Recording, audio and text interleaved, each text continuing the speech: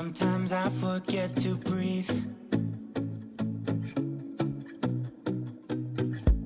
I'm looking in your eyes, wish you could see the things I see. I don't wanna wake up if I'm dreaming, because you know I can't get enough of this feeling you're giving me. Don't wanna wake up, I don't wanna wake up. Don't wanna wake up without you, baby, without. I wouldn't know what to, baby, without you. I wouldn't know what to, oh you know, oh you know, oh you know. I wouldn't know what to do. I wouldn't know what to do.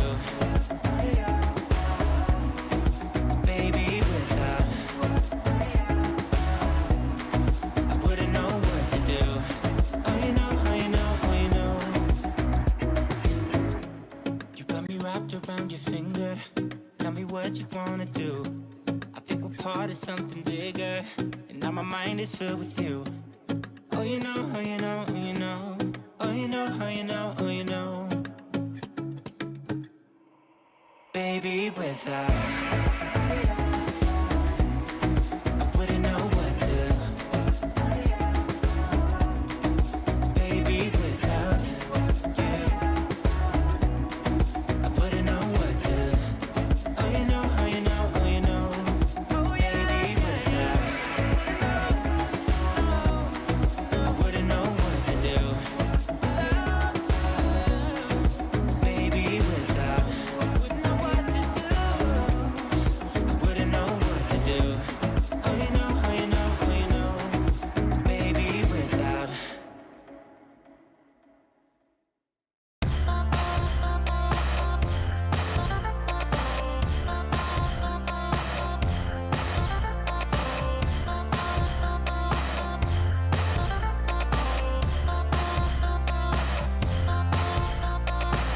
We saw it little by little. What about common sense? And now we're stuck in the middle, so we climb the fence. It's like the whole turned its back on us, and now we can't tell if it's heaven or hell. It's like knowing all the answers. Oh, you're sorry, but you never can tell. All the lovers, we were down and far too deep. Different colors that we had to put to sleep. All the lovers, hope that we could break the spell. All the lovers, we went down the wishing well. All the lovers, we were down and far too deep. Different colors that we had to put to sleep. All the lovers, hope that we could break the spell. All the lovers, we went down the wishing well.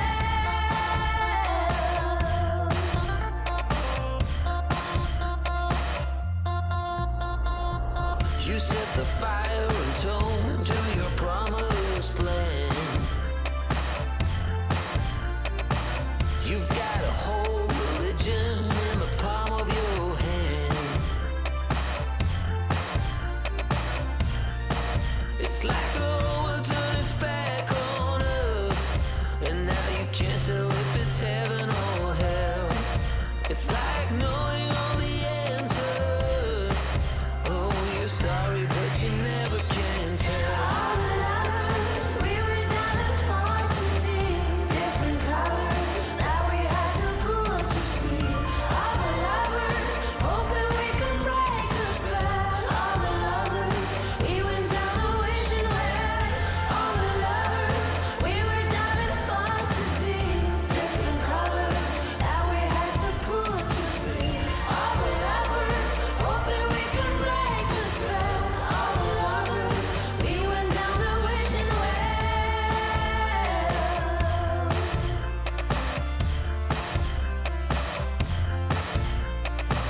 I got you buried deep, In the back of my head, 'cause you got all the answers. on the tip of my tongue. You got a whole religion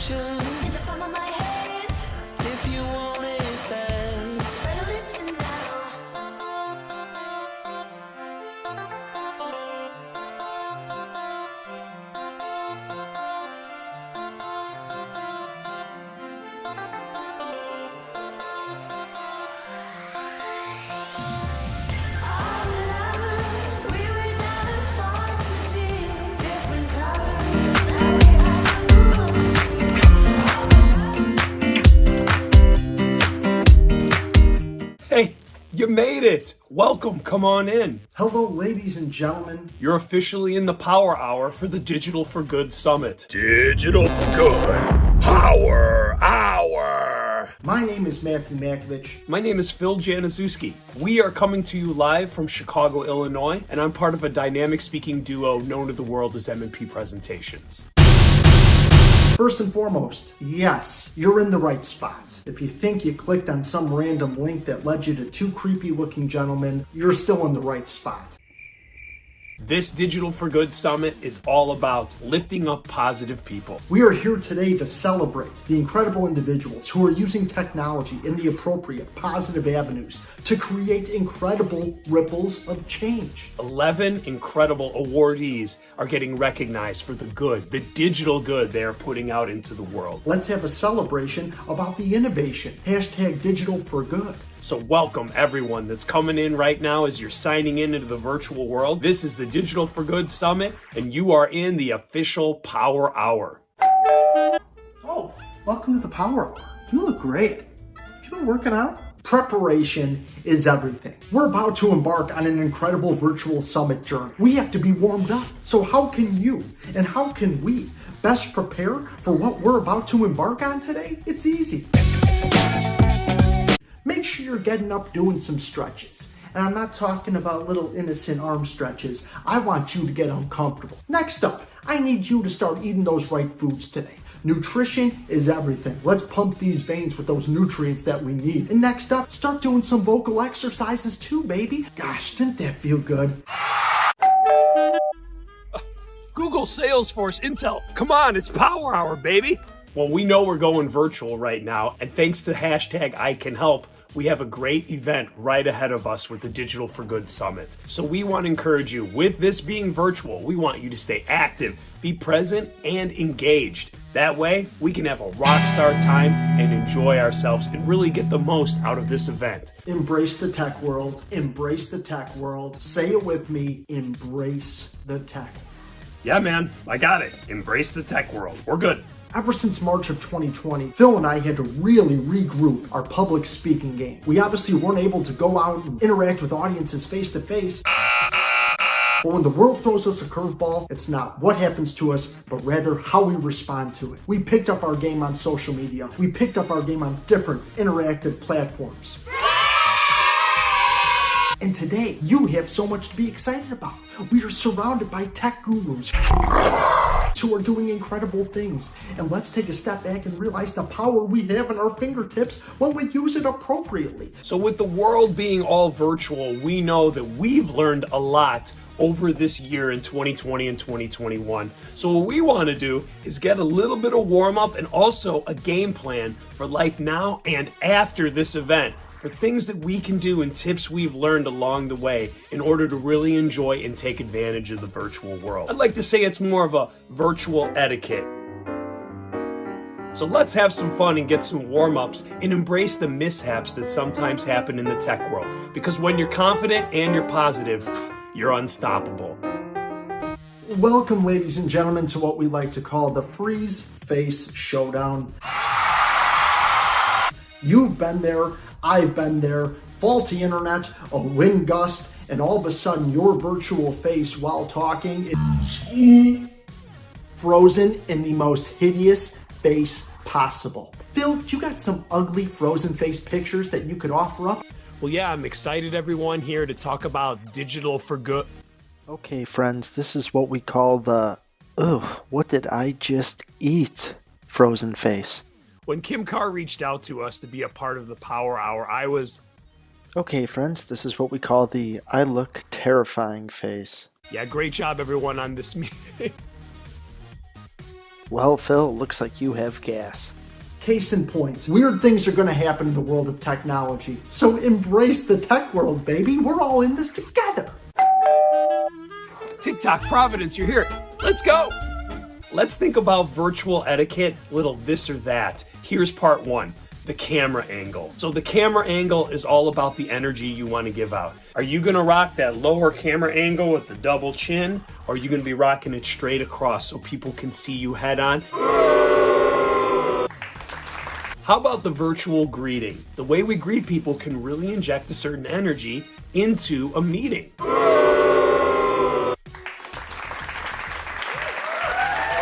But in the end, we're just curious. Are you this or that in a virtual setting? Oh, come on in. Welcome to the Power Hour. To all my people who are out there using their digital resources to drive change, let's put our hands together for a little bit of a virtual high five. Make sure that you are celebrating this summit. Make sure that you are lifting up those around you and celebrating the positive things that are happening right at our fingertips, baby. So whether you're on Twitter, whether you're on TikTok, spread the word. Show the world exactly what you're working with. Tick it, talk it, fleet it, and ooh, baby, doll, tweet it. We are so excited that all of you are here and have been jumping on. Ladies and gentlemen, once again, my name is Matthew Makovich, one half of M&P Presentations. My name is Phil Januszewski. I'm coming to you from Chicago, Illinois, and we are blessed and proud to be here in supporting hashtag ICANHELP's Digital for Good Summit. We like to celebrate the ordinary things in life that are absolutely extraordinary. And you know what's extraordinary? Each and every one of you. Our mission as M&P Presentations is to spread positive energy through media, presentations, and short films. We are proud to say that M&P Presentations tries to use our digital resources for good, creating pay it forward, train of positivity short films. Heck, even running our own virtual summit.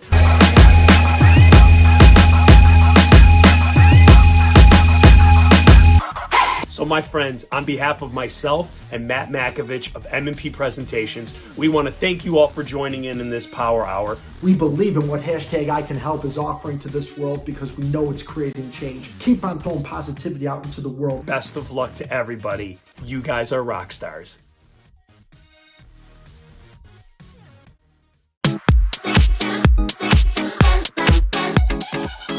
Hi, my name is Matt Soth, and I'm on the Global Trust and Safety team at TikTok based in Mountain View, California. I'm also the co-founder of hashtag ICANHELP and co-creator of Digital4Good.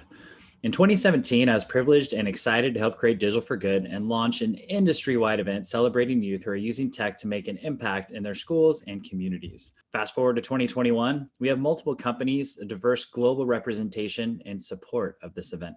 In addition, we have over 40 Digital4Good innovators across the US, Canada, Europe, who are part of a growing network of mentors and advisors who believe in supporting young people to grow their voice and impact. TikTok is a diverse global community fueled by creative expression. We work to maintain an environment where everyone feels safe to create, find community, and be entertained. TikTok is honored to celebrate and support a community of young entrepreneurs and innovators who are using tech to make a positive impact in their community.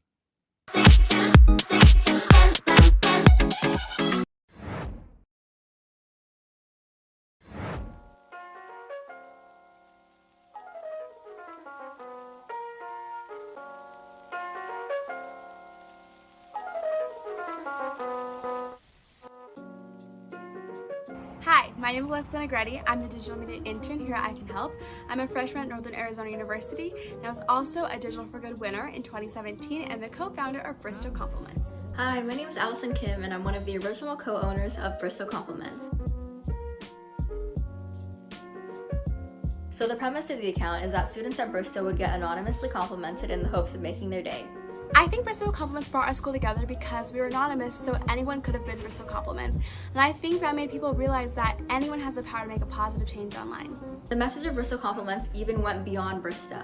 We were featured in a CNN article called How to Tackle Cyberbullying. We were featured in videos by national organizations like ICANHELP and Rachel's Challenge. We even got messages from people at other schools saying, hey, your page really inspired me to make a compliment page at my school, which is awesome. So that was in middle school, and Alexa and I are about to enter our first year of college, and we're happy to say that the Bristol Compliments page is still running.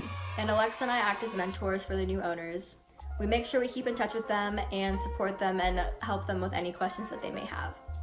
I've learned so much over the course of my time at ICANHELP. One of the biggest things I learned is the importance of communication. Everyone at ICANHELP works remotely, which is so awesome because we're able to have people from all over the country and all over the world. But that also means that you have to communicate very effectively. And through that effective communication, I've also learned the value of connection.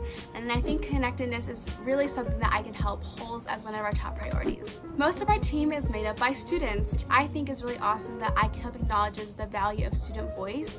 And that's something that I'll always carry with me. The students aren't the future, they're the right now. Along with students, we have awesome mentors. Over the summer, I've been helping out as an administrative assistant. I got to learn about website structure, graphic design, video storyboard, anything you could think of, I got to learn this summer. I've also had the opportunity to work with educators this summer as we've been developing curriculum and putting on trainings and workshops for them. Through these trainings and workshops and curriculum, I learned the importance of digital wellness, and I cannot wait to continue to spread that message, but also use that as something to apply to my own life as well. I'm Alexa Negretti. I can help, I will help, and I did help.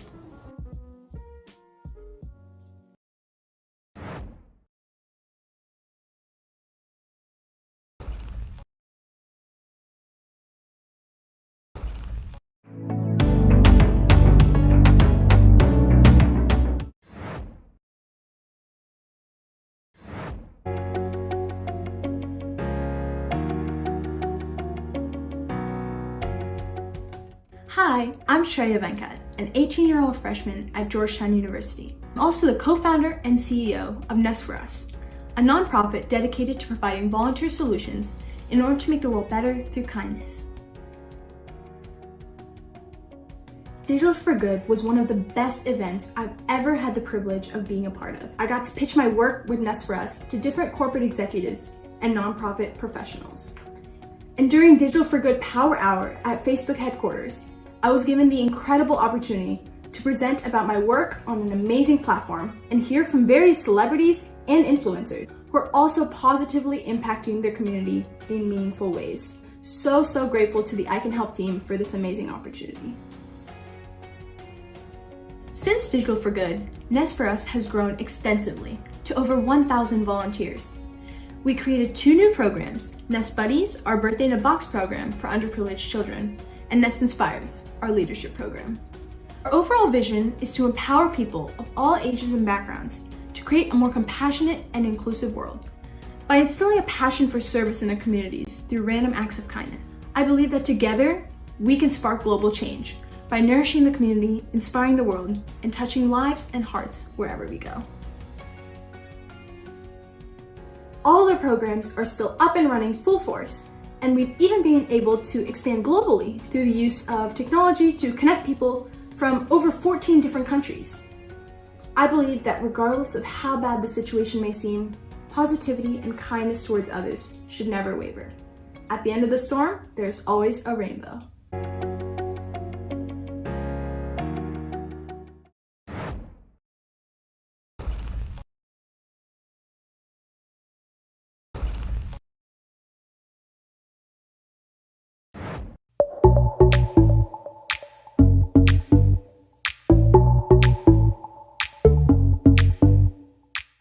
Hi everyone, my name is Mallory Bornasian. I'm the lead intern for #ICANHELP, and I'm so excited for our mental health panel that we are going to be having today. To start off, we're going to be talking with Matt Soeth. He is the co-founder of #ICANHELP and is here to talk to us a little bit about TikTok.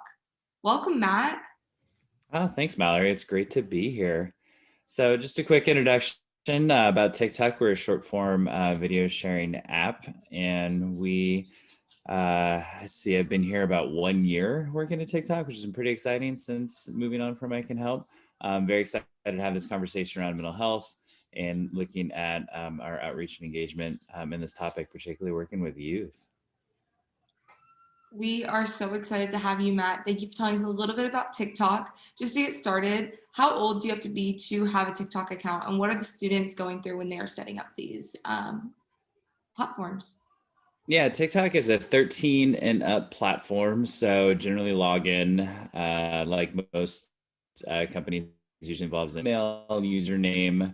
And then once you're in there, you have your For You feed. So you can start finding videos and stuff that are interesting to yourself, whether it could be most popular, probably thinking about dancing videos, but also learn on TikTok is one of our most popular hashtags right now. You also have videos around cooking, design, art, sketch comedy.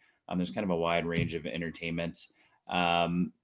Yeah, it's pretty exciting to depending upon what you're looking for, what you want to find, what you can get in there. It's a pretty successful algorithm and kind of dialing in your interests and what you want to watch. Absolutely. I know myself, I find TikTok extremely engaging and find myself learning new things every day on the platform. As far as mental health goes, what is TikTok currently doing to support our students and they're using the platform? Yeah, so over the past year, we spent a lot of time setting up intervention resources and developing partnerships in the platform. So, depending upon keyword searches, things like that, you'll find or get directed to helplines. So, this could be crisis text line, National Suicide Prevention Lifeline. In terms of partnerships and awareness events, like coming up next May, you have Mental Health Awareness Month. We had World Mental Health Day this past fall, where globally we worked with the World Health Organization and other groups to create engaging content all over the world. And then more recently, looking at how we can develop content more specific around well-being, right? So that's been a big effort now that we have these interventions in place, is how can we create a place where users can find content that help them stay calm, find balance, be fit. Even more recently, last month, we had our NEDA Awareness Week, National Eating Disorder Awareness Week, with our partner NEDA, just looking at healthy body images and how we could talk about diets and food. And this idea particularly comes up a lot of just, body comparison and do so in a healthy way. And we do that by working with these amazing external partners. I mentioned NEDA, Crisis Text Line, National Suicide Prevention Lifeline. There's a few others. And of course, our partner here today, Providence Health and Work to Be Well. That is incredible. And I think it's so incredible that you're able to offer all of those resources and partner with so many outstanding organizations to be able to do that and provide that for our students and for the users on the platform in general. In addition to Matt today, we're also joined with Allison, and she's going to tell us a little bit about Work to Be Well and their piece that they're able to add into to help incorporate more mental health resources onto platforms like TikTok. Welcome, Allison. Hello, my name is Allison. I am the Communications Content Campaign Manager at Providence, and we support over 175 social channels here at Providence, one of them being Work to Be Well. And Providence, we're a not-for-profit Catholic health organization, and we believe in that health is a human right, full body health, so that's physical health and mental health. And part of that was creating Work to Be Well, which is a philanthropy under Providence. And Work to Be Well was kind of created as a direct response to the teen suicides in the Northwest. And it's a wellness hub that includes free vetted mental health resources, information. We have toolkits for both teens and parents and educators that they can download, present. And a huge part of the National Student Advisory Board, which we have Lena and Finn here today, is part of that board. And all these teens that are on that panel are all passionate about mental health and just kind of making the world a better place. So that is outstanding. And I know we were so excited to hear from Lena and Finn today. It's incredible that they were able to walk alongside you and join you on this journey. And in general, I've loved using the Work to Be Well curriculum throughout our ICANHELP presentations and being able to really implement that with our students throughout our program as well. But Finn and Lena, do you want to tell us a little bit more about Work to Be Well and the student initiative piece of it? Yeah, I can start. I'm Lena. I sit on the National Student Advisory Council for Work to Be Well, and I also volunteer with Students for Early Oregon, which is another group through Providence that moves mental health legislation. So instead of finding that education curriculum piece, we also are working on moving our legislation through the Senate to make mental health in Oregon easier and more accessible for teens, which is really great. So we really get to present across the nation. Finn and I have spoken in almost every state together. We've been counting it up. And we push out that Work to Be Well curriculum, and we have a lot of fun doing it, and we have a lot of outreach to a lot of teens. And I think if Finn wants to talk more, because he's definitely spoken more than I have, but we have a lot of fun. Absolutely, we do. Yeah, first of all, hi, my name is Finn Jacobson. I am super excited to just be on this panel and talk with these people because I am both an ICANHELP specialist as well as sitting on the National Student Advisory Council for Work to Be Well. So this is like that favorite crossover episode of your show where it just merges with another show, and it's great. So yeah, as Allison mentioned, Work to Be Well was born as a direct response to teen suicide rates, especially in the Pacific Northwest, being the region in the United States that leads it in suicide and self-harm.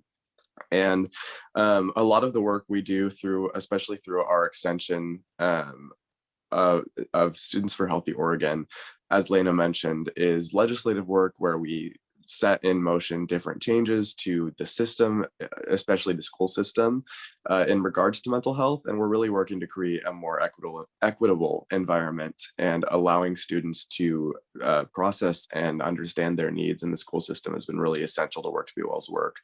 But I think that other than that, education has just been something that we really, really value and really push to our students. And we love connecting with those students on a national level. Wow, that is just incredible that so many students are working together to make this happen. And I love hearing about all the things that you both are doing, and working alongside Finn for so many years now has been incredible seeing Work to Be Well really continue to thrive, especially in Oregon. But as far as Work to Be Well goes, what's some like examples of the curriculum that you offer and some of the curriculum that students have helped develop?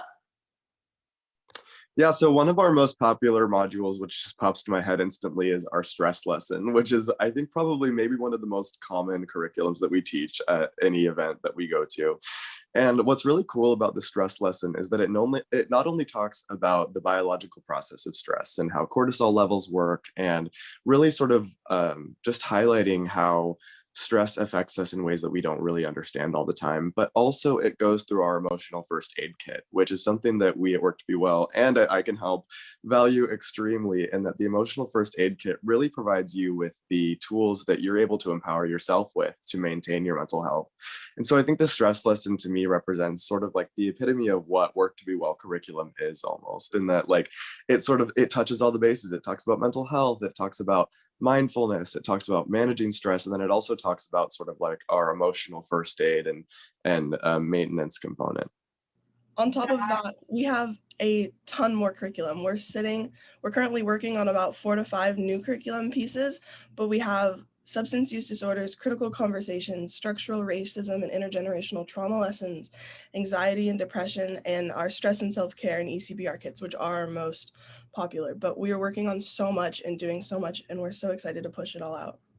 Those are extremely valuable for anyone to have. How can people access that, and where are they getting implemented at, or how are students being able to receive that information and use them alongside their educators? It's all free on www.worktobewell.org, and you can go to the website. There are a million resources, it feels like, for students, educators, and parents. I love that. And then going back to Allison a little bit, how is Work to Be Well able to be incorporated onto these platforms? And this outstanding curriculum that these students are creating, how is it getting transferred over to, say, TikTok when students are using these platforms? Yeah, so we, within Work to Be Well in Providence, we team up with different social platforms. So Instagram, Facebook, TikTok, we team up for education, and that's where Providence comes in. We have that vetted information from our doctors and our psychologists with statistics and real just data that we have from mental health and teen youth. So yeah, we team up with these partners. We utilize influencers as a big part of what I do. So reaching out to influencers and, and also there's so many people out there with large platforms that are outspoken about mental health and it's affected them personally. So, when we come across celebrities or influencers that have a passion for mental health, we reach out and team up to really just remind teens that they're not alone, and utilize these social platforms and partnerships with like Mac from TikTok and get that content out there. I love the idea of utilizing influencers and being able to have them set an example for the younger generation and for all of our students. Matt or Allison, could you give us an example, maybe of an influencer that either of you have worked on with the mental health campaign, or one of the campaigns that you did with them? Yeah, so Kat Zingano is a big influencer of ours. She's been very outspoken about mental health. She's an MMA fighter, so she has that experience and has that drive and energy, and she's a great partner of ours.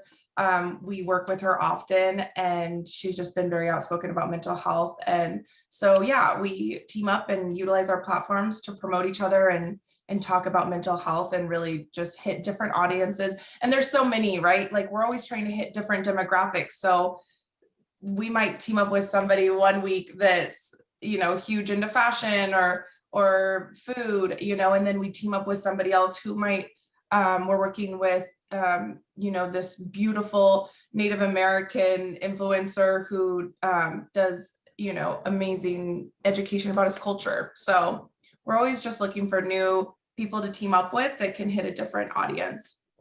And I will let Matt speak a little bit more to that as well. Yeah, those are great examples, Allison. I think too, just a funny example for me, because Finn's on this call. I mean, Finn, when you were at school, that's how we met you, is you started a lunch program because kids were feeling isolated, left out, and coming to your table. And what I love about social media in general, and TikTok, in my very biased opinion, is that you now have a chance online to bring people together and connect. And that's what we've seen on TikTok, is a lot of people, young people, older people, you name it, are looking to find their community, whether it's LGBTQ plus creators. And that's why they're sharing these stories and the experiences behind them to try and connect, particularly during COVID when we're so isolated. We talk a lot about suicide, self-harm, but so much is focused on anxiety, on depression, on isolation, and those general feelings associated with kind of being at home and not being able to go out and see family and see friends, and seeing that across the board. I love this year, one of our Digital4Good winners, Teenager Therapy, has a huge presence on TikTok and other platforms. We're kind of joking the other day, like they got to interview Meghan and Harry before Oprah did. So I don't know if that was a win or not. I just thought that was kind of funny. I also like apps like Breathwork is another great TikTok creator, where it's not so much about mental health, but certainly well-being, right? Because everyone can take a breath, and they talk about and give examples of how to take a breath and to find that moment of mindfulness in your day. And I think too, Providence, like with what Allison brought up, that's what's so great about working with these partners, is having that industry expertise, right? Like Providence has some of the best trained psychologists and mental health experts of any hospital network in the world, let alone the US. And then they can have these conversations. They can go to these experts. They can frame the content in a way that we know that's going to be supportive of our users. It's going to be give them resources and really help them out. And that's what I love about Work to Be Well, is now we have an opportunity to work with young people to do the exact same thing. And mental health is such a huge, important topic. Well-being is such a huge, important topic, particularly for young people, that the more that we can have this conversation, that we can reduce the stigma, that we can support young people in finding their voice and having these conversations and reaching out for support, that's the one that we're trying to go for, in just a very productive and positive way. That sounds incredible. And wow, I definitely think it's so important that we're talking about well-being overall, especially right now. And I love that you pulled Finn in as well. I know Finn has a really big following on TikTok, but Finn, could you talk a little bit about too, just as Matt was saying, building these communities? What have you found when using the platform that's been good for your mental health, or been able to allow you to connect with others and really utilize all the resources that you gained from Work to Be Well? Sure. And Matt, thank you for mentioning breath work. I am so addicted to breath work. I use it every morning and every night, and it has just changed my life. So reiterating that as an important resource. But yeah, so TikTok is a very close friend of mine. I really, really enjoy using the platform, and I think for a couple reasons, but mainly I think what really draws me to TikTok is this idea of the power that our generation has, and the power that that my generation, that Gen Z, right, has really established for themselves on TikTok. And it's like our platform where we're able to do a lot of advocacy work, a lot of connecting. And I think that that's really the key word for these communities that are being built on this platform. It's that idea of connecting.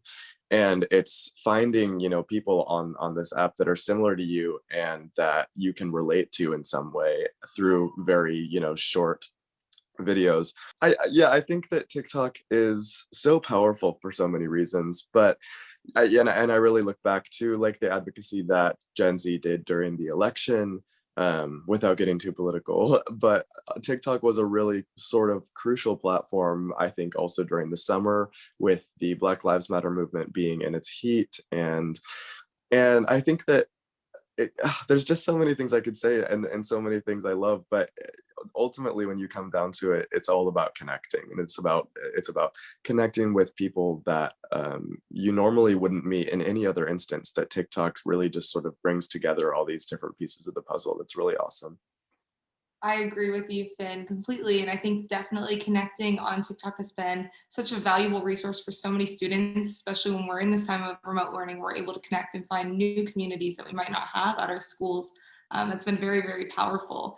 And one thing I've been able to connect with myself on TikTok that I think would be incredible if Allison could touch on it too, is I've seen psychologists actually go on and offer different resources and talk about mental health and really try and break that stigma and have those powerful conversations.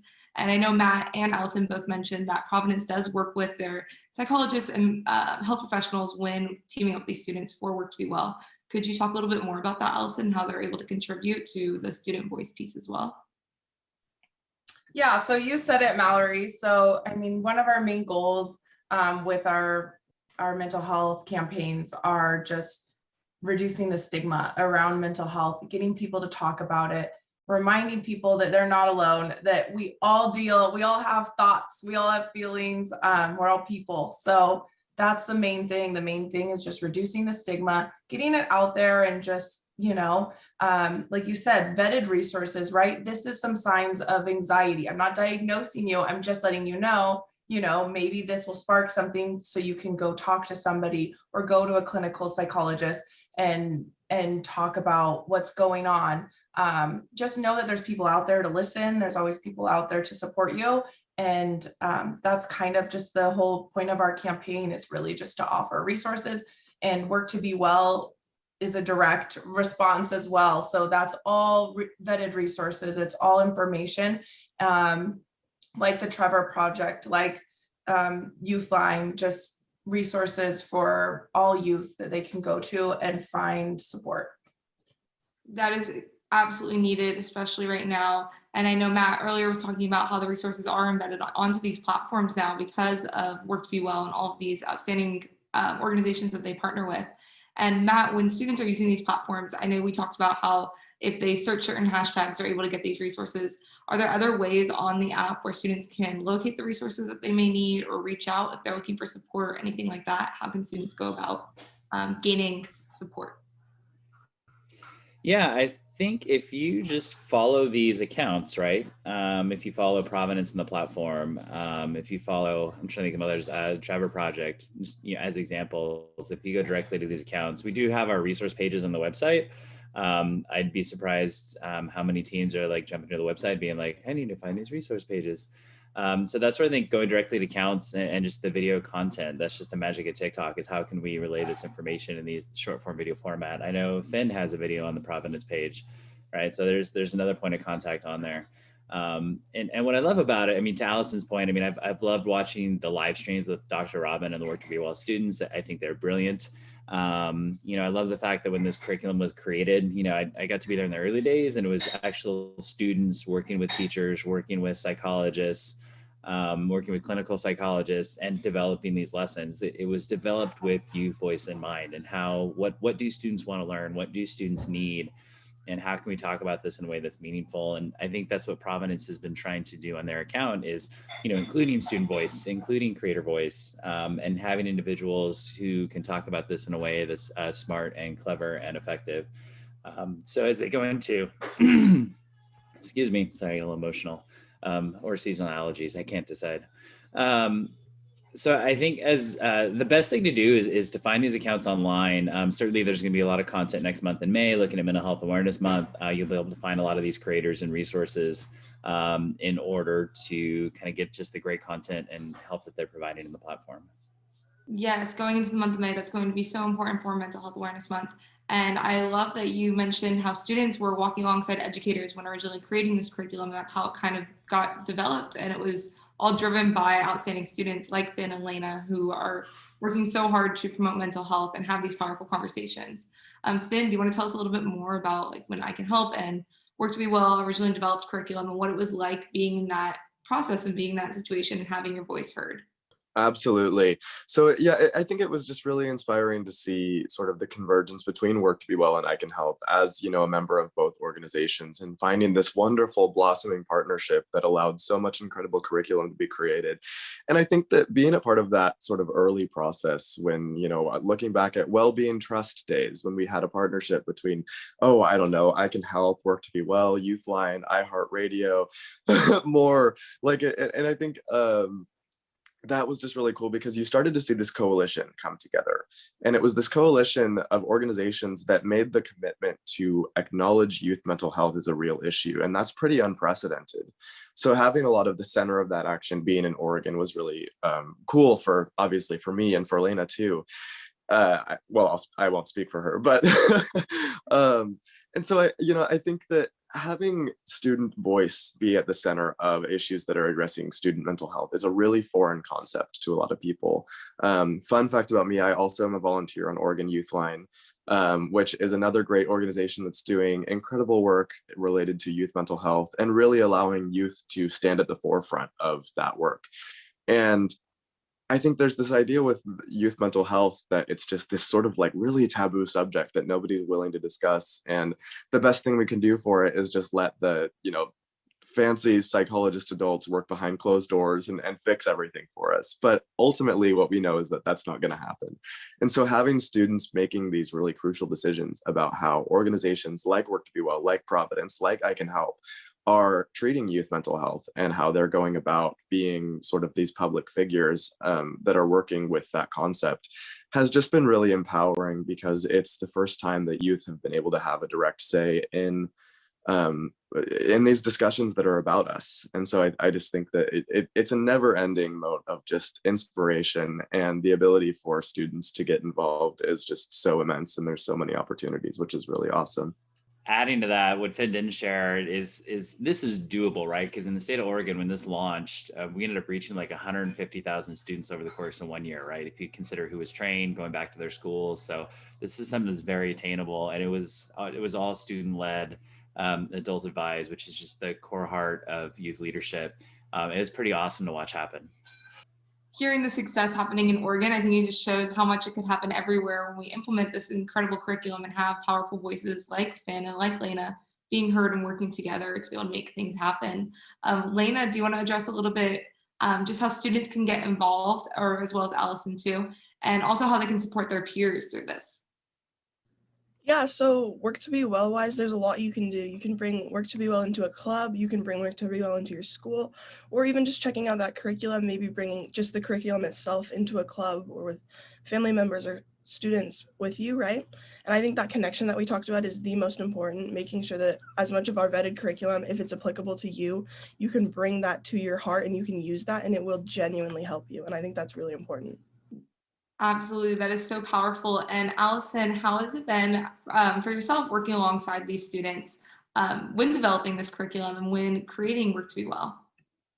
Yeah, so I mean, these teens surprise me every day. I'm just blown away by the knowledge and the education and the passion. I really do feel so lucky to get to work alongside the whole team. But I mean, just like Lena, to go off what Lena said, you can also go to our Work to Be Well website and the contact us if you want to get involved. Always feel free to reach out. We're always looking for more, people to get on board and spread the word about mental health. So that website's a resource. And I mean, something to add to that, something we know is that mental health issues will typically show up between the ages of 14 and 24. So the fact that typically it's always adults talking about teen mental health, when these teens are in their prime years, when mental health will arise, they need to be at the forefront of educating their peers and being aware that the time is now, and the time is to destigmatize mental health. And so, I mean, it falls on them, and they're doing the best job I could imagine spreading that word. Absolutely. Students are not the future. Our generation is the right now, and we are using these platforms to be able to have these powerful conversations because of the incredible work that Work to Be Well and so many of these outstanding students like Finn and Elena have been able to do. And going back to Matt on the platforms and what today's all about, using Digital4Good, how can students be able to use these platforms, be able to promote mental health, and also just empower more students like our incredible Digital4Good winners to be able to talk about mental health and be able to promote their advocacy projects on your platforms? Yeah, Digital4Good was always about empowering and supporting youth, right? And that idea of, you go to these tech events, this is not even 5 years ago, right? Where we go to these events, and you might hear from like one student and a lot of adults talking about how young people need to be protected, save the children, all this other fun stuff.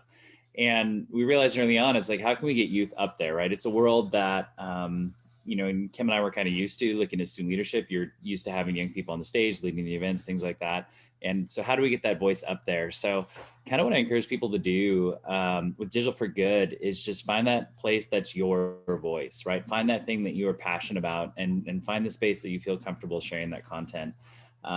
Whether it's connecting with other people, it could be sharing a story, it could be even just be following the accounts that are on the same topics that you are. But at the heart of Digital4Good, it's just this entrepreneurial spirit of celebrating what is good around you, of building up the people around you, of just kind of enjoying life and raising awareness and around the things that you care about. And I think that's just been in the core of what we're doing. And it has been so fun to watch it grow and see what it's evolved into. Wow, that is so powerful, especially coming from Matt, who has been here since the start with Digital4Good. And it's been wonderful seeing this evolve and be able to have these conversations and looking at Digital4Good 4 years ago and where it's at now, and being able to offer a mental health panel because of the outstanding work that these students are doing and the tech companies that are walking alongside them to be able to offer these resources. So I want to thank all of you for joining us today. It has been incredible having Allison, Lena, Finn, and Matt here with us. And thank you again to Providence Health, Work to Be Well, and TikTok for joining us today and being able to celebrate our students who are using their digital resources for good.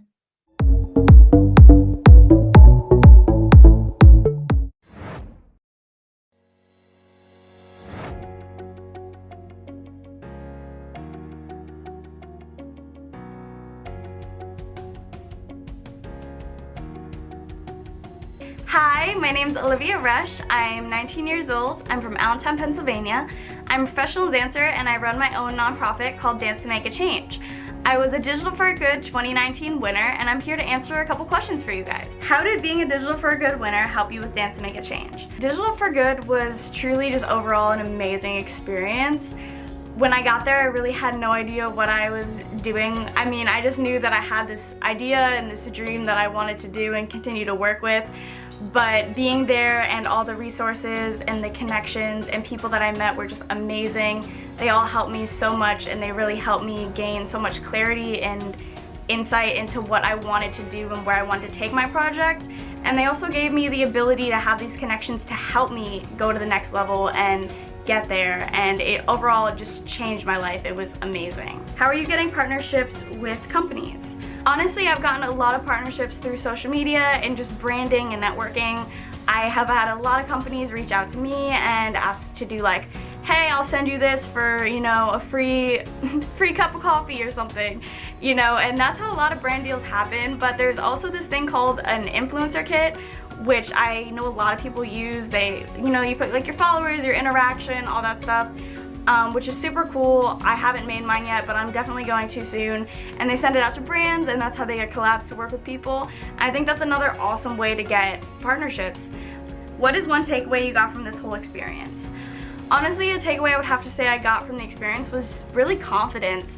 I wasn't quite sure what I wanted to do with my future and if I could really make Dance to Make a Change what I wanted it to be, but they really helped me and encouraged me, and they still continue to help me and encourage me to this day, that I know I have them, supporting me, and that just makes me feel a million times better, and I really wouldn't be doing what I am if it wasn't for ICANHELP and Digital4Good. So that's all for today. Thank you guys so much for watching. I hope you enjoyed, and see you soon.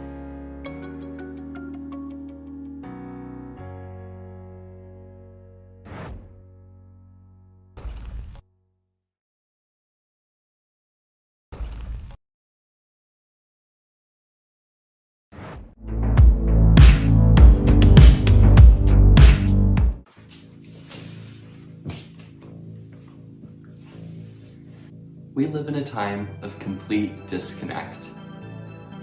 With social media, likes, comments, and facades are our bread and butter. Because of reality TV and vlogs and tweets and status updates, we all seem to think that we know what each other are thinking, all the time. A close friend of mine told me just a few days ago, while one of our favorite YouTubers was being attacked on Twitter, that what we say in the comfort of our close friends and loved ones is a completely different thing from what we say to a public filled with people from different backgrounds, mindsets, and beliefs. And she's right. The question is, how should we as the public react when an influencer inevitably crosses that line? Cancel culture is a fun little buzzword to describe the recent rise in brutal moral attacks on celebrities. Cancel culture. Cancel culture real. Cancel culture. Cancel culture movement. Cancel culture. Cancel culture is real. Like many things, it started out with good points and intentions, but it seems to have spiraled out of control a little bit. People see something they disagree with, something that's offensive and maybe even prejudiced, but with society putting such a huge focus on the internet, it's a breeding ground for misunderstandings. My life is surrounded by social media. From YouTube to Instagram to TikTok, my family plays a balancing act trying to appeal to all sides. As someone who has had a presence on social media for quite a while now, I have been the victim of tons of attacks and ruthless bullying in the comments. Either I act too old, or I'm being attacked for looking younger than I actually am.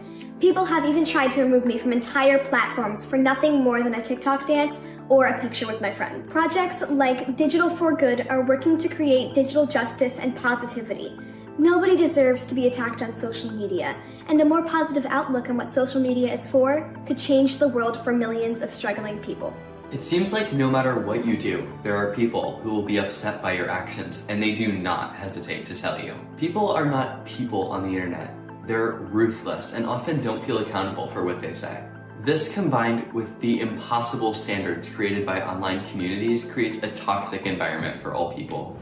Don't get me wrong, I'm all for social media. I'm not saying you need to delete your social media and only focus on in-person relationships, because that's just not possible in the modern world. Especially now during the COVID pandemic, we're leaning even harder on digital unity. What we need is to bring social media back to what it was meant to be. Social media was designed for us to connect with those that we're physically distant from, and that's an extremely valuable thing. This is about using our digital platforms for good. But there is more to this than just being a good digital citizen among those you know and love. This is a new age where anyone can blow up and go viral at any time. Millions of real people have their eyes on an elite, godlike group of people we call the influencers. Now, of course, that was an exaggeration, but let's be real. Millions of individuals with different backgrounds and different opinions and values all have their eyes on this group, and they expect them to fit a golden standard of excellence. This would all be fine and make sense to an extent, but the problem is that the standard is different for everyone. Influencers are being canceled on the daily. They're waking up to their names being dragged through the mud for things that never even happened.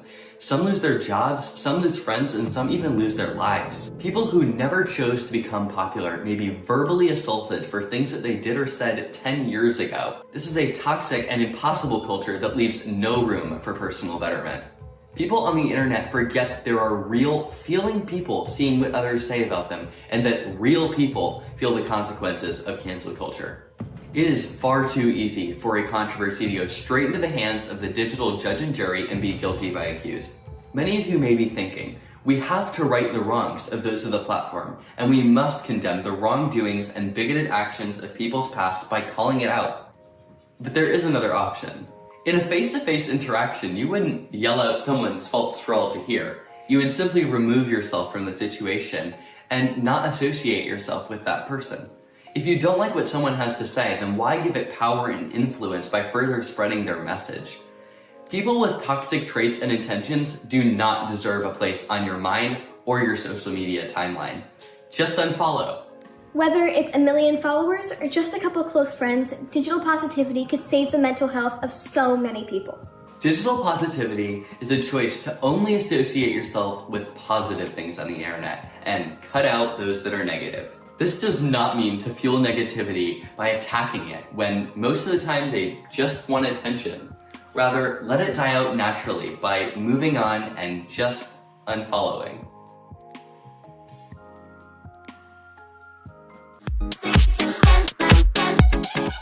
Hey guys, Trey Trey's here with Lori. And we keeping it. Hey Trey, I just want to congratulate you on your YouTube channel. Well, thanks a lot. But you never told me being an influencer was this hard. Why do you think it's hard? Well, you're an influencer yourself, so you should probably know that being an influencer is a big responsibility, and there are lots of people watching you. There are a lot of people watching you, but those are the greatest things about being influencers. It's the idea that you get to impact somebody's life, that you get the opportunity to use your digital for good in order to make life better for somebody else. You know, that really inspires me, but I'm sad to tell you something. Some people aren't really using their digital for good. Okay, you've got a point there. There are some people that are not using their digital for good, but guess what? There are some people that are using their digital for good. Let me show you. You've got such people as the creators of the Open Code, Innovate Youth, Sadie Keller Foundation, Kind Girls Win, Teenager Therapy, One Smile Effect, Not Okay app, Hear the Youth, Ability app, all created by young people. Yes, these were all created by young people that understand that it's not one generation's responsibility to ensure that other people are being influenced in a positive way, but it's everybody's generation's responsibility, because you know why? Your generation isn't next. Your generation is right now. Your generation is right now. Your generation is right now. Your generation is indeed right now.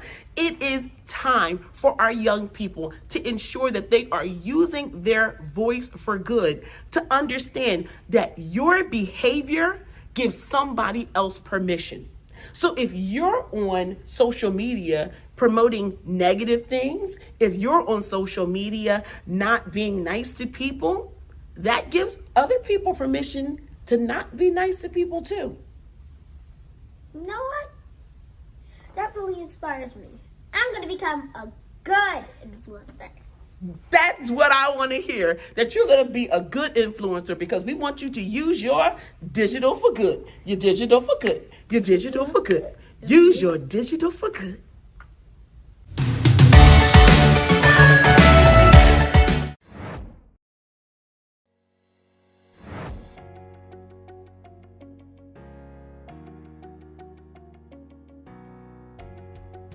Hello everyone, my name is Mallory Bornesian. I am a junior at the University of Nevada, Las Vegas, studying journalism and media studies with a minor in human services, and I am the lead intern for #ICANHELP.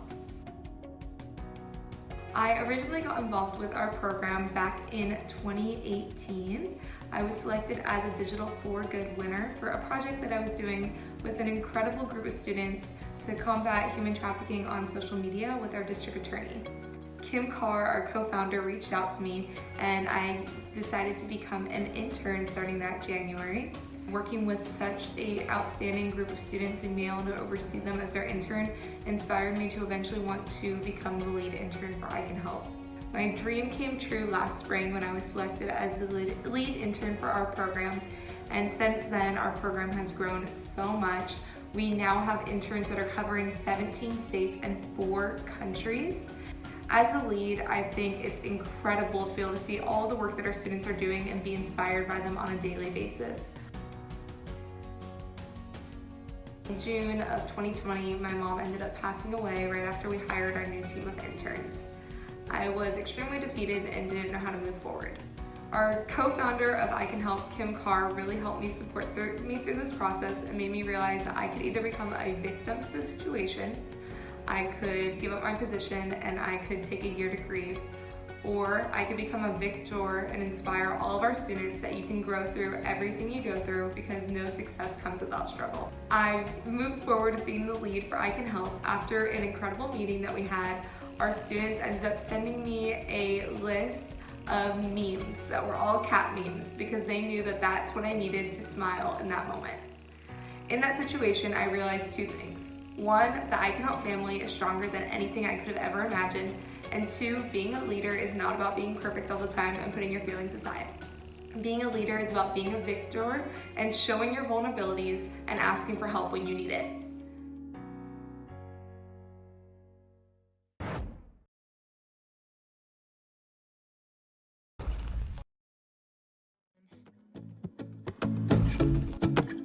I see no reason why I should ever let you go.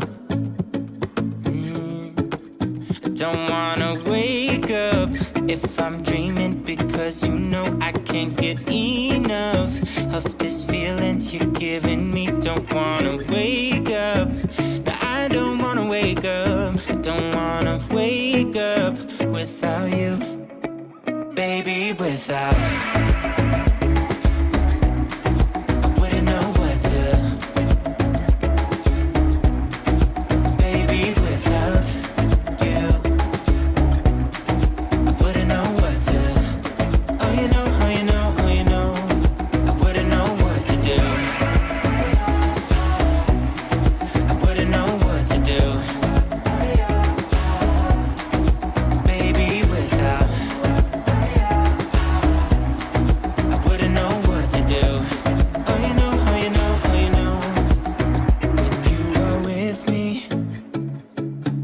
Sometimes I forget to breathe. I'm looking in your eyes, wish you could see the things I see. I don't wanna wake up if I'm dreaming, because you know I can't get enough of this feeling you're giving me. Don't wanna wake up. I don't wanna wake up. Don't wanna wake up without you, baby, without. I wouldn't know what to, baby, without you. I wouldn't know what to. Oh, you know, oh, you know, oh, you know. I wouldn't know what to do. I wouldn't know what to do.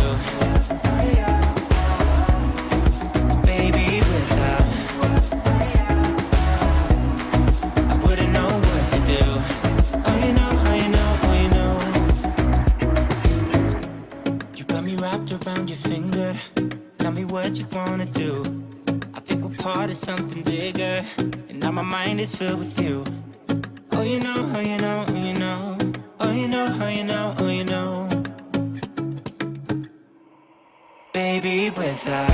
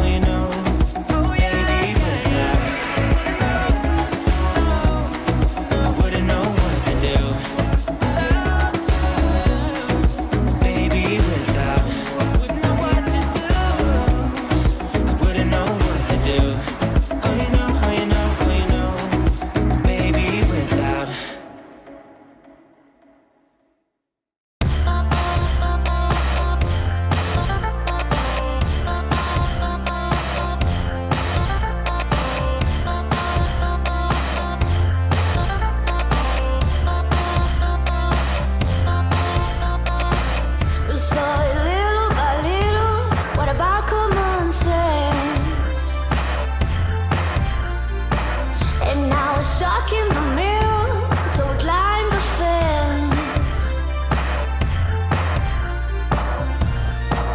It's like the whole turned its back on us, and now we can't tell if it's heaven or hell. It's like knowing all the answers.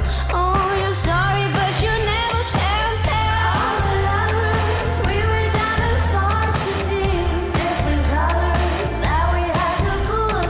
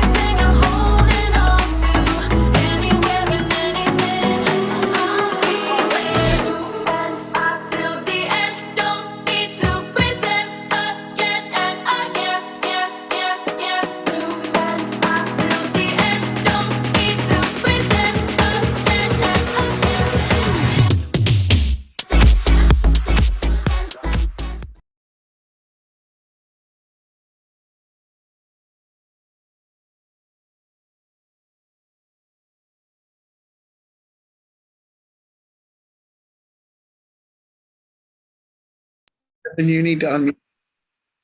I'm so sorry. That is the biggest line of 2020 and 2021. That was so funny. I'm sorry. Hello, everyone, and welcome to the 4th annual Digital for Good Summit. It would not be a virtual summit without first a technical glitch. I'm Brandon Farbstein, here with my co-host Kunal Sood, and we are incredibly excited to be a part of this year's summit.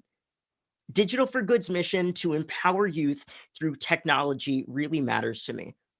I have a rare form of dwarfism called metatropic dysplasia, and I experienced intense cyberbullying when I was in school. My experiences inspired me to speak out and help elevate empathy, to inspire others to end cyberbullying and violence in schools. I've helped shape key legislation in Virginia that teaches cyberbullying and empathy, in addition to requiring emotional intelligence curriculum in every K-12 classroom throughout the state. Also written a book about self-acceptance and living life on your own terms called 10 Feet Tall, and work every day to lift people up by helping them shatter limiting beliefs, elevate their mindset, and create an amplified life. I'm incredibly honored to participate in this summit and help amplify the work and messages of this year's student innovators. Like many events this year, our Digital for Good Summit looks just a little different. We are joining you live from around the globe, something that we've never been able to do before. We'd love to hear where you're tuning in from. So right now, please share it with us in the chat below. As we begin our final day of the summit, we'd also like to thank all of our incredible sponsors for their generous support, including today's main sponsors, TikTok, Providence, and Work to Be Well. You're helping us make a positive impact on how students engage with and each other, and how we use digital for good.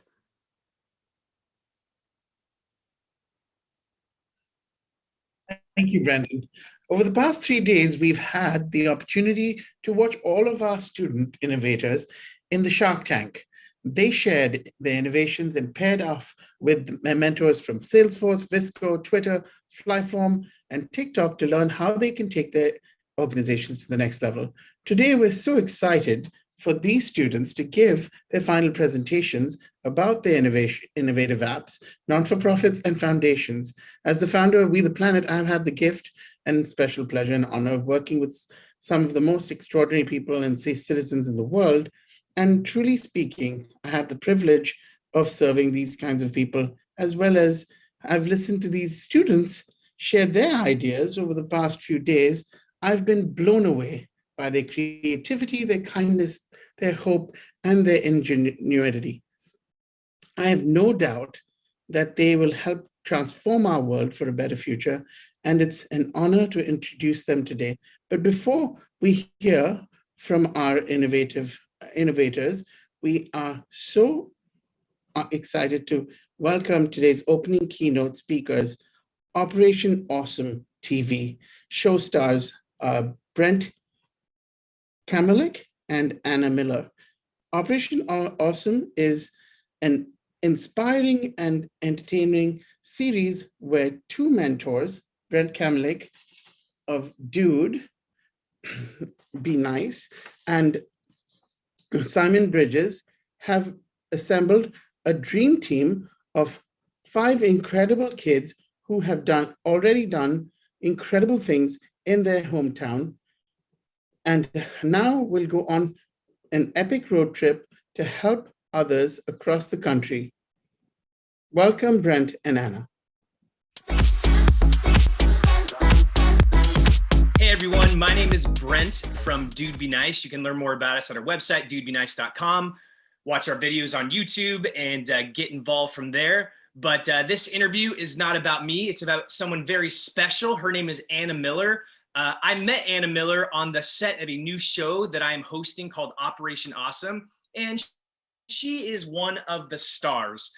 Not only is she one of the stars, she is actually a star in this world. She's doing amazing things in her community and building technology to make the world a better place, for lack of a better term. So I want to introduce you to Anna Miller, and let's ask her a few questions. Hi, Anna. How are you?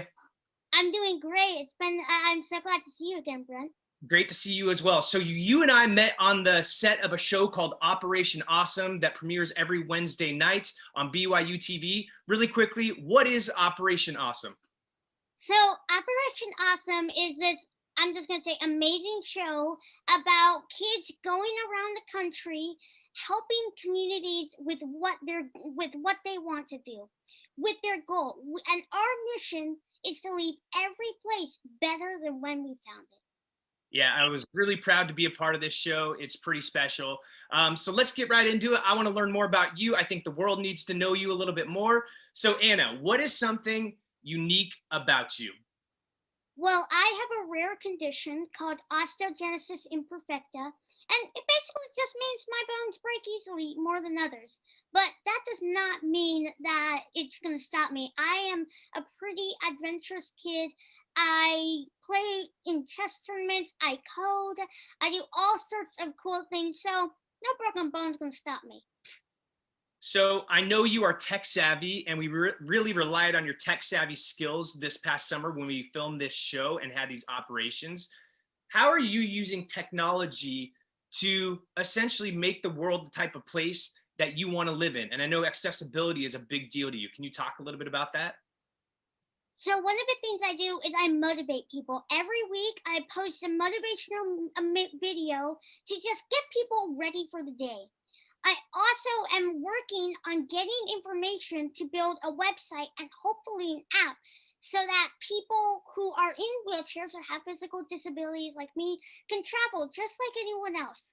I'm taking pictures from different countries, getting them back, and I hope that I can use this app to get people access to traveling, and so that they feel like, you know what, I don't care I'm in a wheelchair. I'm gonna go to India and I'm just gonna rock it. I'm gonna have a great time. And that is one of the things I'm doing with it. Yeah, I think it's amazing how you are using your brain to build something to make the world more accessible. And I saw firsthand on our trip together, even though the United States is working towards more accessibility, there were days it was still hard for you to kind of maneuver and get around. Not that it stopped you, but you know, I hope that the world is a place that is just more comfortable for everybody. All right, last question on this rapid fire with Anna Miller, who is one of the coolest kids I know. You're not even like a kid anymore. You're like a young woman.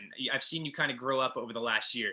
So if you could leave some inspirational words for the people that are going to be a part of this Digital for Good Summit, what would you tell people? What would you want to encourage people? I know, you know, life hasn't been always easy for you, but your attitude, your positivity is contagious, and it makes it hard, really hard for me to complain when I'm around you. But what are some inspirational words you'd like to leave folks with?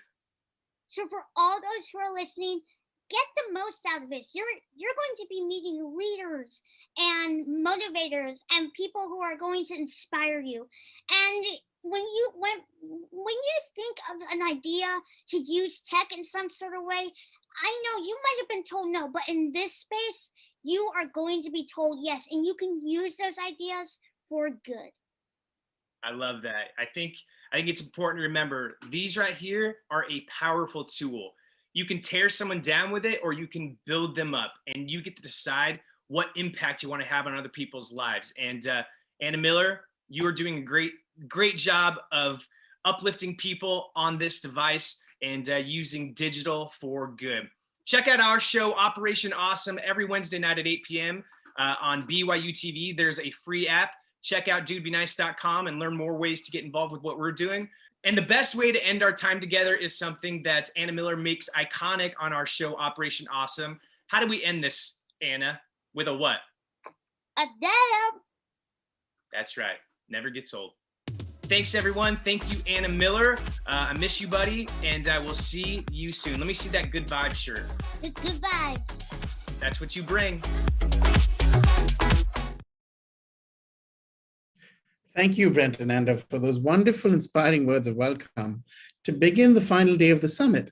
We've included a link to their show, Operation Awesome, in the chat. As we kick off our event, make sure you're posting and sharing on your social media all day today. Use the hashtag Digital4Good and tag the official hashtag ICANHELP accounts to get a shout out, be reposted, and even get the chance to win a prize.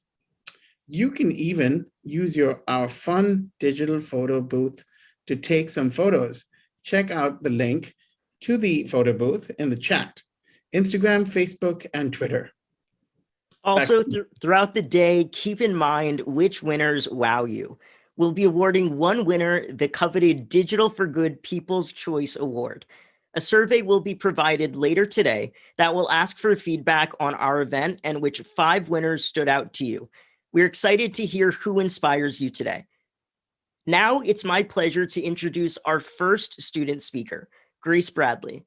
Grace is the founder of the organization Kind Girls Win, a nonprofit she started in high school to help shift girl culture from exclusive to inclusive. She has cultivated a healthy girl culture with groups across the United States and across the world. And Kind Girls Win was recently certified as a nonprofit. Welcome, Grace.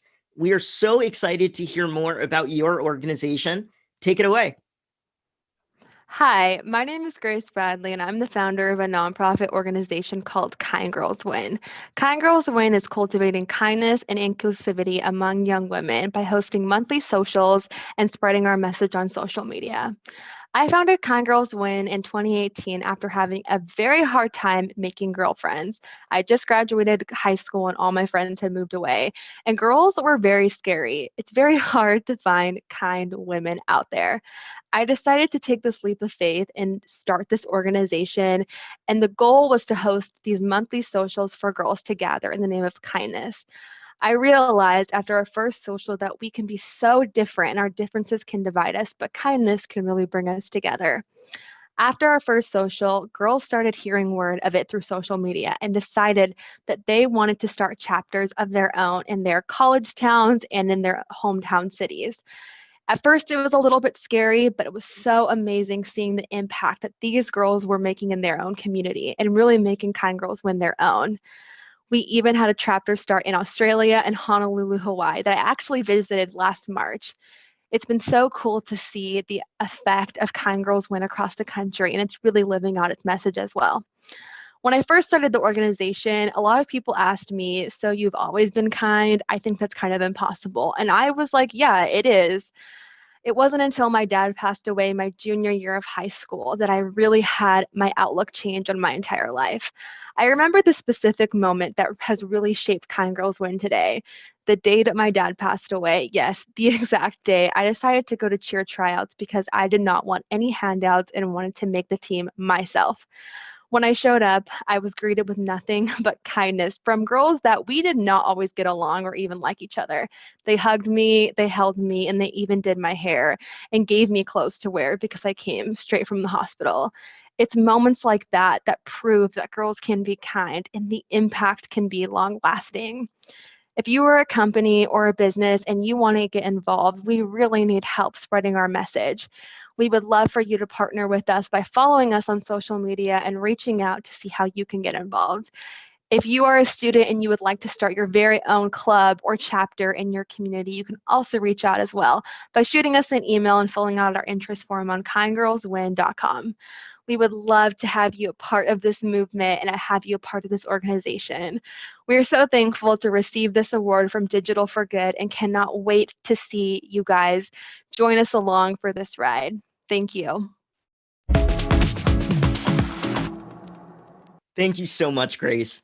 Spreading kindness and building a strong community is so important to student self-esteem and mental health. I hope to one day see your organization in every high school across the US. For any students who would like to bring Kind Girls Win to their school, check out the link we've shared in the chat. Next up is Gael Aitor. Gael is a high school senior and one of the hosts of the wildly popular Teenager Therapy, a mental health podcast by teens for teens. On the show, he and his friends talk about their real-life struggles as teens, sharing ideas and finding solutions to their challenges together. The podcast has accrued a huge following, with over 50,000 followers on their Instagram alone. Welcome, Gael. Now I'll leave the stage to you to tell us more about the podcast. Thank you for that introduction. So, how did four of my friends and I manage to land an interview with Prince Harry and Meghan Markle, as well as get featured in the New York Times? To be honest, it was pretty simple. We talked into the mic and uploaded it to the internet. But there was one special factor that made all this happen. Teenager Therapy is a podcast I created along with four of my friends. It's a coming of age story told in real time. It's a culmination of mistakes and growth and a reminder you're not alone. And the concept is simple. We record ourselves having a conversation about any topic that comes to mind. However, what makes it special is our ability to be vulnerable and talk about the things others don't want to talk about. It was the rawness of our conversations that attracted so many listeners. Teenager Therapy is a refreshing getaway from the overly positive and good vibes only content that plagues the internet. Teens specifically no longer want to fake positivity. We want to get real about our feelings and emotions. Thanks to the internet, teens today are more connected than ever, yet we only seem to feel lonelier even while surrounded with connection. It's evident there's a problem, which can be clearly seen through the rising rates of mental illness. Because of this, more and more teens are in search of comfort, a place where, if nothing else, they get a sense that they're not alone, their problems matter, and most importantly, they're not the only ones going through it. The mental health stigma makes it hard to talk about our struggles, which only exacerbates the feeling of isolation. Unfortunately, going to an adult for help is not only uncomfortable, but it's not an option for many whose parents dismiss mental health struggles. That's why having the courage to be vulnerable is so important, because vulnerability is one of the ways to develop a meaningful bond with someone. And although I didn't create Teenage Therapy with the values of vulnerability, comfort, and feeling like you're not alone, I quickly realized how much good openly talking about your problems could do for someone. Spreading the importance of vulnerability quickly became one of our fundamental values. And the great thing about all this is that anyone can get involved. Teachers and parents can share this with your teens as a way to start a discussion around the issues that are hard to talk about. The most meaningful way a teenager can get involved is by having the courage to be vulnerable. Open up to your friend and watch your connection grow in a way you've never experienced before. Companies and businesses also have one simple duty: pass the mic to young people. Pass the mic to young creators, entrepreneurs, and creatives, and help use your resources to fund and amplify their voices. Because staying connected with the audience you cater to is crucial to any brand. Thank you.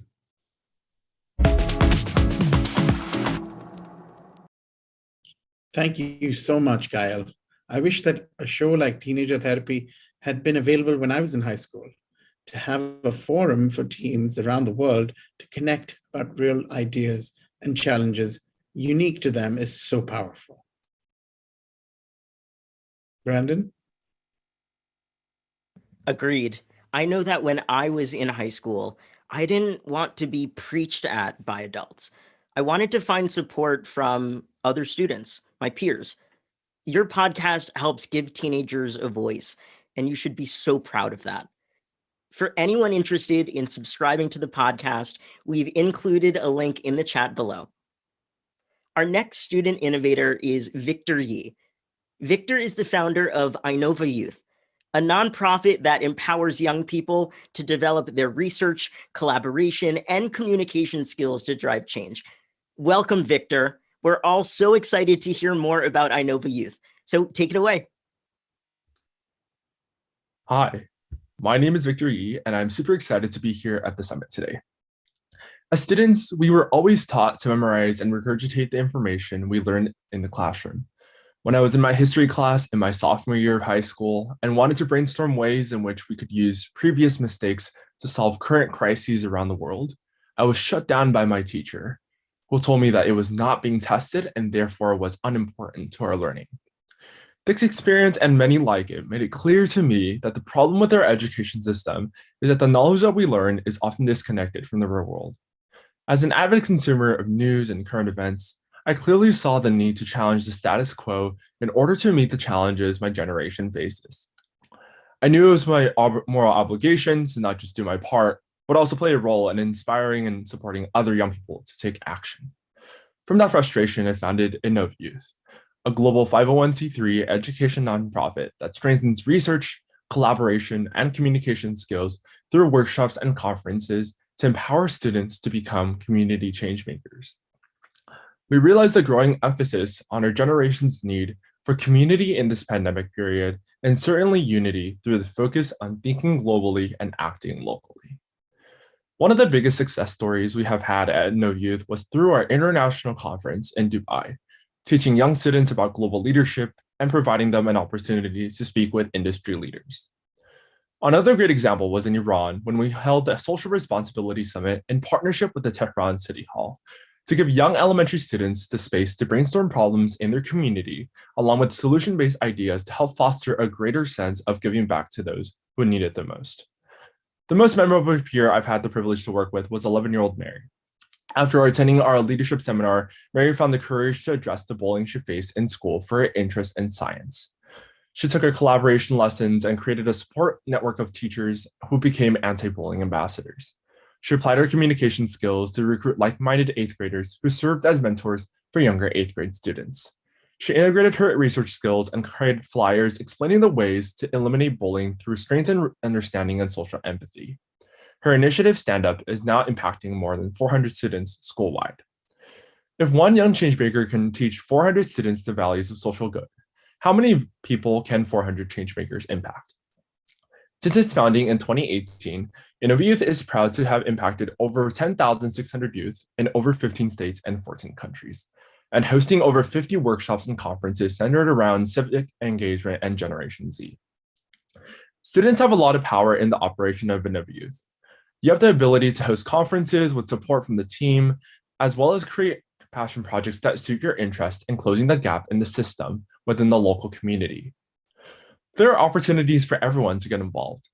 Companies can become a valuable asset by providing financial support to fund conferences, as well as supporting a mentor network to bring young students into the experiences of young adult leaders. Schools can launch Inova Youth clubs to help foster spaces to discuss how you can become a changemaker locally, and students can truly create impactful initiatives. The possibilities are endless. We aim to continue involving students in social entrepreneurship and provide chances for all students to unlock their potential to change the world. Thank you so much.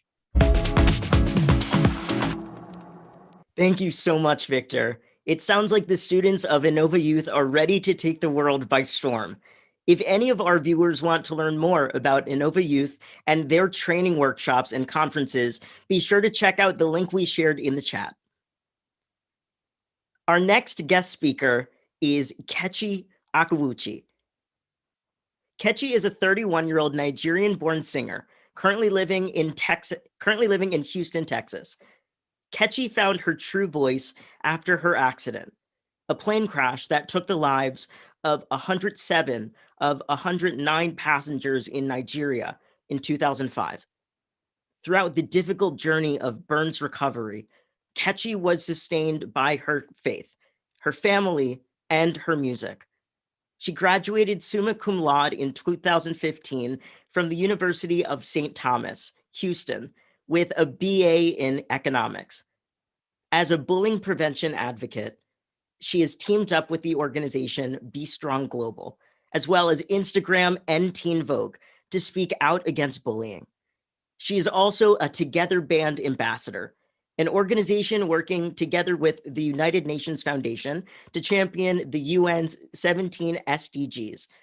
Ketchy was a star on America's Got Talent and is currently working on the 2021 release of her debut album, Ketchy, with globally renowned music producer Kevin Charge. She's also signed under Baker Publishing Group as she works on her memoir to be published in spring of next year. So excited to have you. Welcome to the stage, my friend, the amazing Ketchy.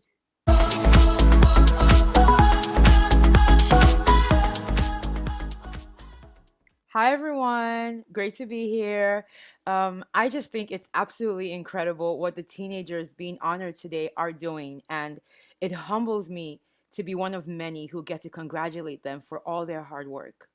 Whether it's advocating for mental awareness and bullying prevention or raising money for cancer research, you guys are fighting for the change you want to see in the world. You're not just talking about it, you're being about it. And that is something to admire in a person, regardless of age or gender.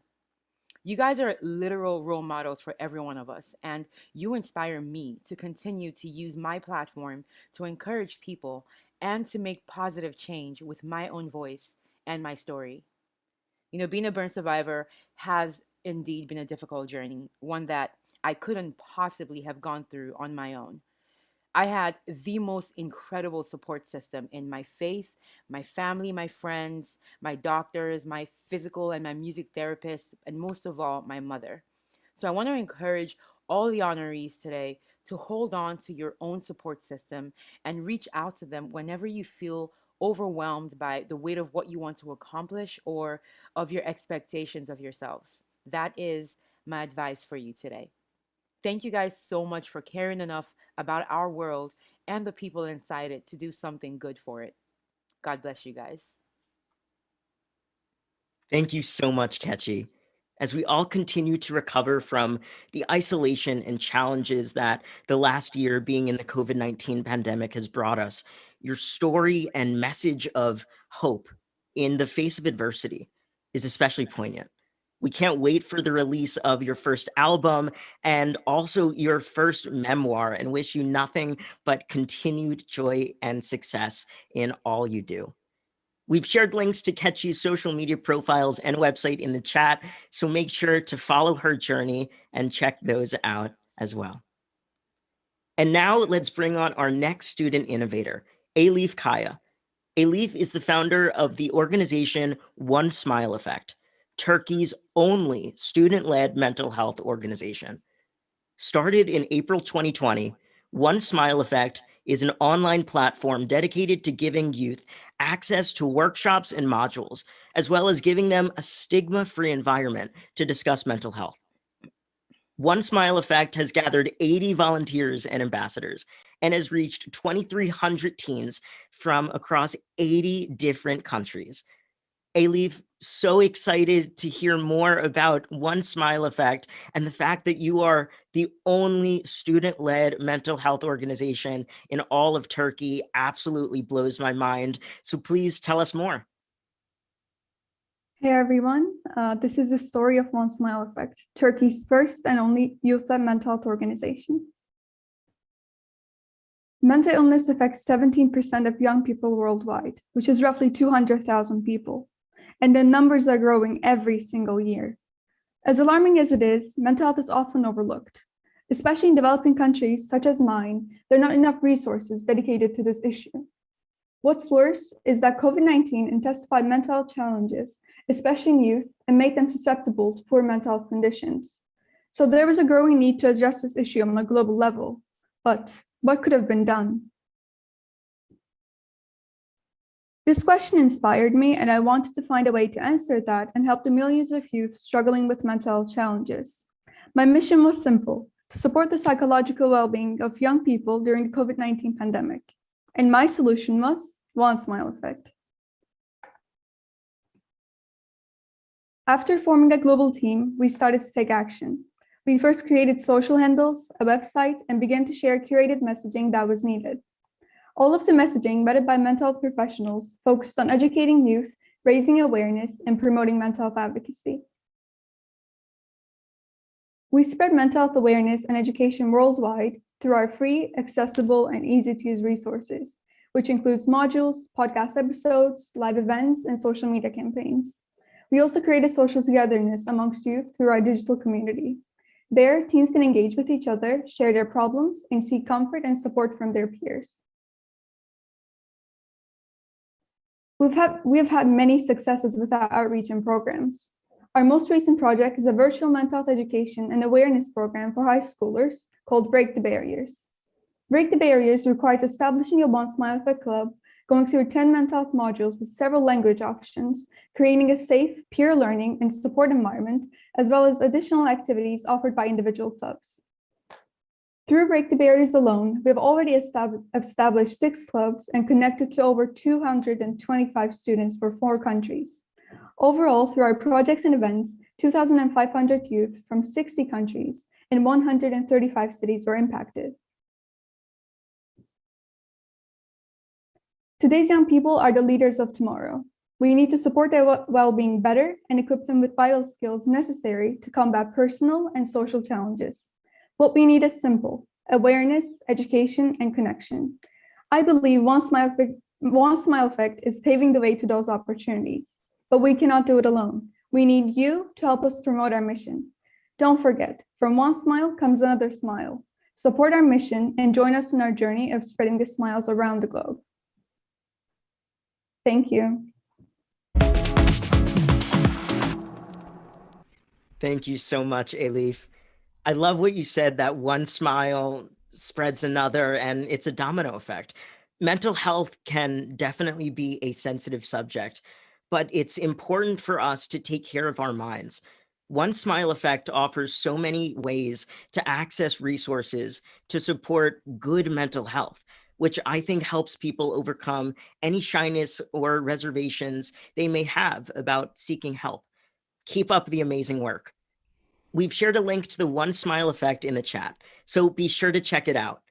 We've also shared a link to some additional mental health resources from our sponsor, Work to Be Well.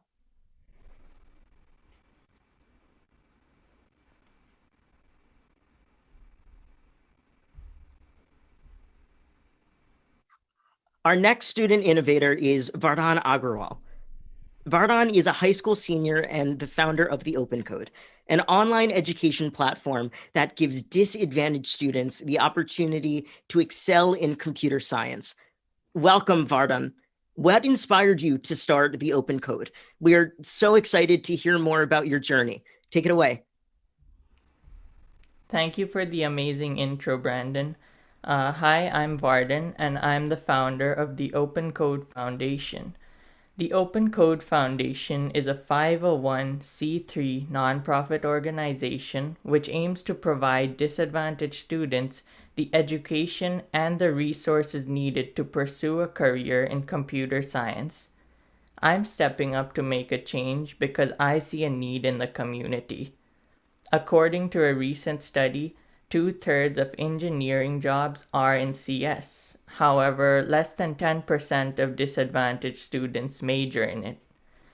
Students from low-income backgrounds are often underrepresented in the field, and solving this inequality can be a boon to both the tech industry and the students we help. Technology has been an important part of my life since as far back as I can remember, and learning to harness technology through programming has allowed me to solve problems that I see around me. After learning that people just miles from me had never heard of CS, I wanted to build a foundation that would give others the chance to experience my fascination for technology.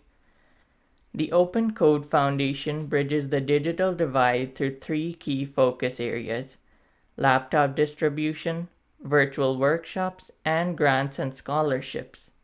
In just a year and a half of operation, the Open Code Foundation has made a major impact on those it serves around the world.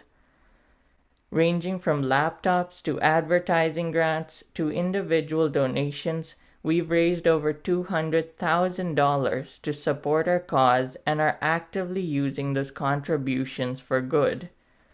Just this weekend, we shipped laptops over to our team in Kenya, made possible through our partnership with DHL. We've reached students in over 56 different countries around the world, whether through our podcast, hackathon, or other programs. And in those 56 countries, we've helped over 10,000 students tap into their true potential. One of our first events of the pandemic, Open Hacks, drew in over 1,200 students, 555 of which were first-time hackers. However, this isn't the end. It's only the beginning of a foundation that can do so much more. Thank you so much for listening, and if you'd like to learn more about us, visit www.theopencode.org, and don't forget to follow us at The Open Code on all social media platforms for ways to get involved. Thank you, Varden. Coding and software engineering is one of the fastest growing professions in the world, and developers have the opportunity to help build a better world through technology. And the Open Code is making sure that those opportunities reach any student who's interested, regardless of their background. I'm constantly amazed by new apps and programs, and those are just the ones that we see as consumers. The work that coders are responsible for in the background keeps our businesses and economy running. And the Open Code is paving the way for future generations of developers. What an incredible education platform. Thanks again, Vardan. Our next student innovator is Alex Knoll. Alex is the creator of the Ability app, a free app that allows people to find and rate accessible places that meet specific needs for mobility, vision, hearing, and cognitive impairments. Welcome, Alex. I am so excited to see you as one of our winners this year, and I'll let you take it to share more about yourself and the app. Thanks, Brandon. Nice to see you. My name is Alex Knoll, and I'm the founder of Ability app. I'm excited to share this project with you that I've been working on for the past 7 years since I was 9 years old. And I hope by the end of the presentation, you'll consider joining my team in helping solve one of the world's biggest problems, which is accessibility. Did you know that people with disabilities are the world's largest minority population, with over 1.1 billion people having some form of a disability? Family members and caregivers of people with disabilities adds to the astounding number of people in the world affected by accessibility issues. When people with disabilities venture out to any given public space or business, they're not usually able to determine whether or not that given public space or business will be accessible for them. Until now, the Ability app solves many of the problems associated with accessibility by giving its users a roadmap to find any type of public space anywhere in the world that meets their specific needs. So the Ability app is a free crowdsourced app that I've spent the last 7 years developing by researching and connecting with people with disabilities to tailor the app to meet their unique needs. There are 4 main disability categories listed on the app: hearing, vision, mobility, and cognitive disabilities. And each of those categories have dozens of features that are unique to that disability.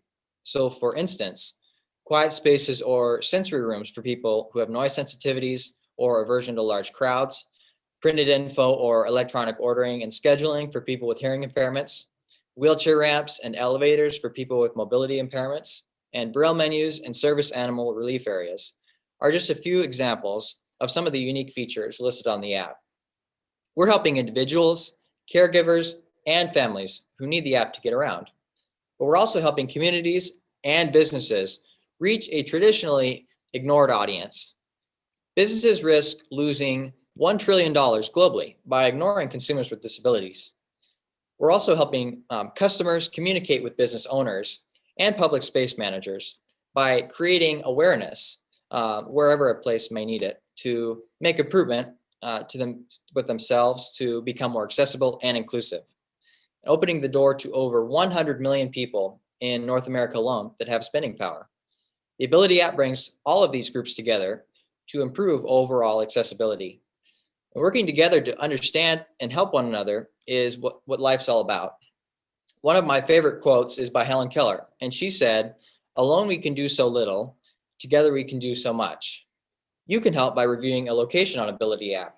It's fun, free, and easy, and you can visit theabilityapp.com and sign up for an account and start reviewing your favorite restaurant or business. You can go through the app and say, does this location have a wheelchair ramp or braille menu available? Does anyone at the business know sign language? Does this location have a quiet space or sensory room for people with noise or crowd sensitivities? You can also add photos, comments, and ratings on the app. Even one rating can make a difference, and I hope that you'll sign up. I'm also looking for funding opportunities, sponsorships, and partnerships. If anyone out there is interested in helping improve overall accessibility in this world, please reach out to me through my website, theabilityapp.com. Thank you. Thank you so much, Alex. Accessibility can seem like such an invisible challenge, but as somebody that has lived all of my life with a physical disability, I can tell you firsthand, it is a necessity to know what places are accessible and have certain features that individual disabilities require. So your app is helping improve accessibility for everyone in our public spaces and businesses. To check out the Ability app and download it, you can look at the link in the chat below. We can all help improve accessibility and create equal access. So let's do our part. I want to take this time to give a couple of social media shout outs to a few of our friends that are joining us from around the world. We have Odessa High School. Hi, I hope you guys are enjoying the show. Thank you so much for tuning in with us live at a watch party. And also big shout out to Ariana, Natalie, Nicole, and Frida for their outstanding Digital4Good posts. We see you. We appreciate you so much. So please keep them coming. And we can't wait to see more Digital4Good love out on social media. Next up, we have Hannah and Charlie Lucas. Charlie and Hannah are the creators of the Not Okay app, a digital panic button to ask for mental health support when you need it. Welcome, Hannah and Charlie. Can't wait to hear more from you about why you started Not Okay. Take it away. Hi everyone, my name is Hannah Lucas. And I'm Charlie Lucas, and we're the co-creators of the Not Okay app. Our mission is to make it easier for people to ask for help when they are not okay.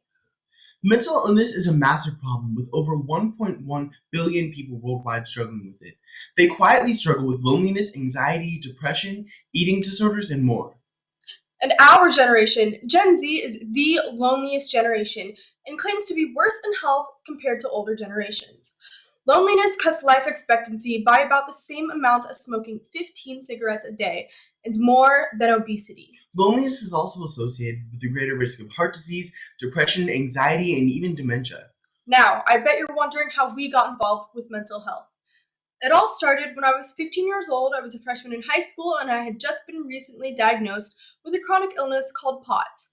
It stands for postural orthostatic tachycardia syndrome, and basically it just causes me to pass out or faint. Because of this, I was bullied, harassed, and sexually threatened in school. I spiraled really badly into depression and anxiety, struggling with eating disorders and self-harm until one night I couldn't handle the pressure anymore and I had a suicide attempt. But luckily, my mom saved my life that night, and that's when I knew I needed to find a tool that I could not only use for my chronic illness, but my mental illness as well. When Hannah told me about her idea for the Not Okay app, the first thing I said was, and I quote, "Let's go." Because I knew I could actually help her with that at that point. Because I've been teaching myself how to program ever since I was about 7, because that's what normal 7-year-olds do, right? So now that we understand the problem, the next question is, How do we solve it?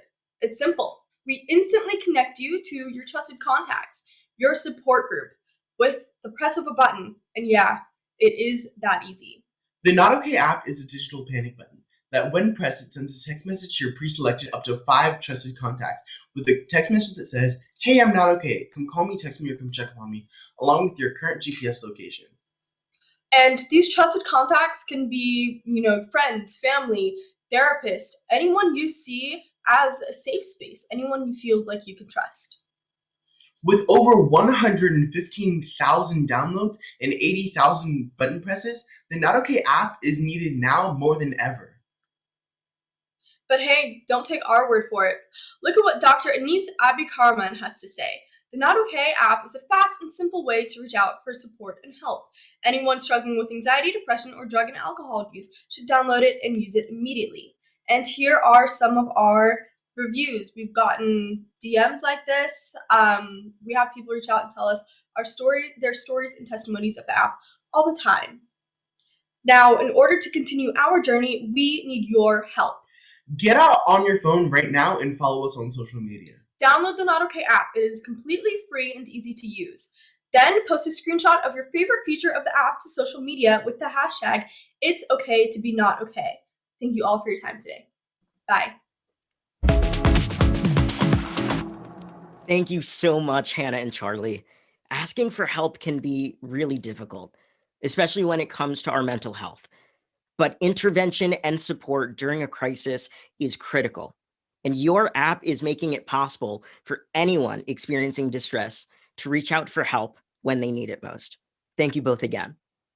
I want to give a couple more shout outs to a few of our friends that are also having a watch party live right now. We have Day Middle School and Temecula Middle School in Temecula, California, joining us live, and also St. Dimitri's Prep School in Astoria, New York. Hi, guys. Thank you so much for joining us and being here live. We are so glad to have you.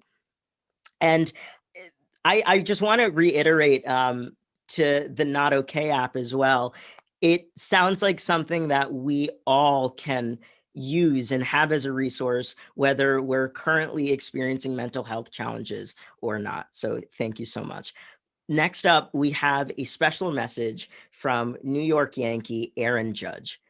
Aaron plays right field for the Yankees and is the founder of the All Rise Foundation, an organization that empowers students via initiatives like baseball and leadership camps, reading programs, and digital citizenship activities.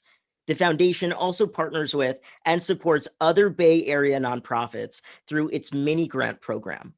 Aaron and the All Rise Foundation have been #ICANHELP partners since 2018, and we are excited to share a special message from him today. Aaron, take it away.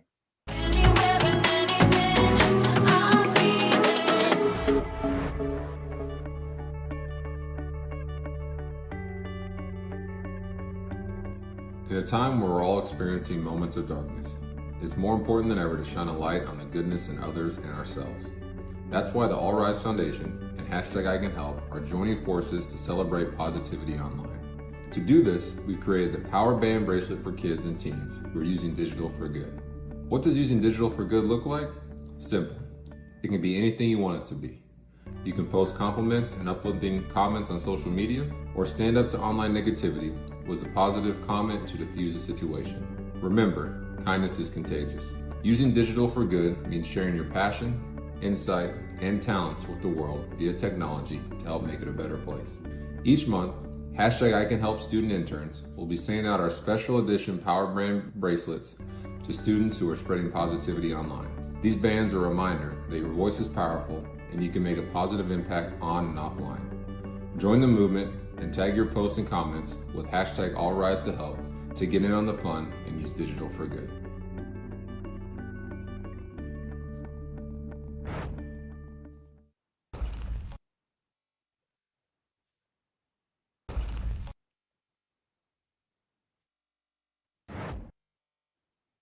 Thanks, Aaron. I can't wait to use the All Rise to Help hashtag and spread positivity online. And like Aaron said, if you want to be a part of the movement and get one of the special edition Power Band bracelets, use Digital4Good and tag your posts with the hashtag we've shared in the comments. Let's definitely get this trending on Instagram, Twitter, and Facebook so we could create a major wave of positivity and optimism online. As we all know, kindness is contagious. So let's all do our part to inspire and lift each other up. Now let's hear from our next student innovator, Brandon Griggs. Brandon is the founder of Hear the Youth, an organization dedicated to empowering teens to have a voice and improve the policies addressing the issues that affect them. I'm no stranger to the power of public advocacy to make positive changes, and I love seeing the work you're doing at Hear the Youth, Brandon, to make sure that your views and priorities are represented. Welcome to the stage. I'll leave you to it to tell us more about Hear the Youth. Thank you so much for the amazing introduction, Brandon. Before I start, I want everyone to take a moment to close your eyes. Picture what a scientist looks like to you. I want you to keep that mental image to yourself, save it, and reflect on what you saw after what I'm about to show you. This exercise we just performed was replicated with thousands of kids from across the nation. It is called the Draw a Scientist test. Of the pictures kids drew, there was quite a bit of homogeneity, with over 95% of the scientists drawn being white. Even more concerning is that out of the African American students who participated in this experiment, the number was near 100%, with almost all of them drawing your stereotypical old white male researcher. In other words, less than 1% of kids like me could envision someone like themselves as a scientist. What's even scarier is that these notions that kids have about what makes a scientist, as shown through this test, will inevitably trickle down to the next generation of young people, their students. So looking at these images inevitably brings the question, why is this the case? The answer is television. Popular culture's portrayal of scientists as old white males is detrimental to these highly impressionable children. This lack of representation eventually leads to these depictions being reflected in real life, something which the fact that not a single African American has won a Nobel Peace Prize in science is a prime example of. So how do we fix this? The formula for success in the STEM field is far more complicated than you think. It involves hard to define variables like privilege, access to resources such as computers and research equipment, and quality education. My high school had almost none of these things. So my friends and I started Hear the Youth to help bridge that gap. But how could we possibly learn about science, let alone lead normal lives in the midst of all the chaos from crime to gun violence that went on in my neighborhood? I want to share with you that story. One of the themes that kept coming up in our meetings was students' lack of internet access. So my friends and I decided to sit in at our next school board meeting, where we made these concerns known. However, looking around the room, we felt that almost no one there was representative of our community and the dire issues we were facing. This realization led to the culmination of Hear the Youth. We provided STEM mentorship to at-risk students all throughout Jacksonville and engaged in educational advocacy that brought us from Jacksonville's north side all the way to Washington, D.C., where we met with the U.S. Department of Justice and even Barack Obama. These were all things that before we never imagined were possible for kids like us. In conclusion, our successes in Hear the Youth were largely a result of the fact that we provided kids with a positive example of Black youth defying stereotypes that they could look up to. I want all of us to apply this concept to science, because every single one of you can be the role model who will inspire the next generation of young people to pursue STEM. Thank you, Brandon. Politics and public policy are turning into opportunities for true systemic change, thanks to the work of incredible student-led organizations like Hear the Youth. And just like you said, representation is so important. We're excited to see your continued impact. And now, last but not least, is today's final student innovator, Sadie Keller. Sadie is a childhood cancer survivor who uses her digital platform to advocate for childhood cancer patients and supports patients and their families through the Sadie Keller Foundation. Welcome, Sadie. I'm looking forward to learning more about your foundation and your journey. So I'll let you take it from here. Well, thank you so much, Brandon. So my name is Sadie Keller, and I'm so excited to be presenting with you all today my foundation, the Sadie Keller Foundation for Childhood Cancer. And before I get started, I would love for y'all to check us out on social media and also visit our website, sadiekellerfoundation.org. So the Sadie Keller Foundation first started whenever I was diagnosed with acute lymphoblastic leukemia whenever I was 7 and in the 2nd grade. I went through so much, and especially being a child, it was so scary to go through cancer being that young. But I went through 2.5 years of chemotherapy treatment, and because of my chemotherapy, I had some very rare side effects. But during my treatment, I thought of all the other kids like me who were going through childhood cancer, and I knew what it was like. So I decided to start the Sadie Keller Foundation. And so what do we do at the Sadie Keller Foundation? Well, with the Sadie Keller Foundation, we do 3 main things. The first one is Sadie Sleigh. Sadie Sleigh is a toy drive that I do every year for kids fighting childhood cancer in the hospital on Christmas. I started this back in 2015 whenever I was thinking to myself, does Santa come to the hospital on Christmas? So I asked my oncologist and she said, yes, he does, but I could still never imagine being in the hospital on Christmas. So I started Sadie Sleigh.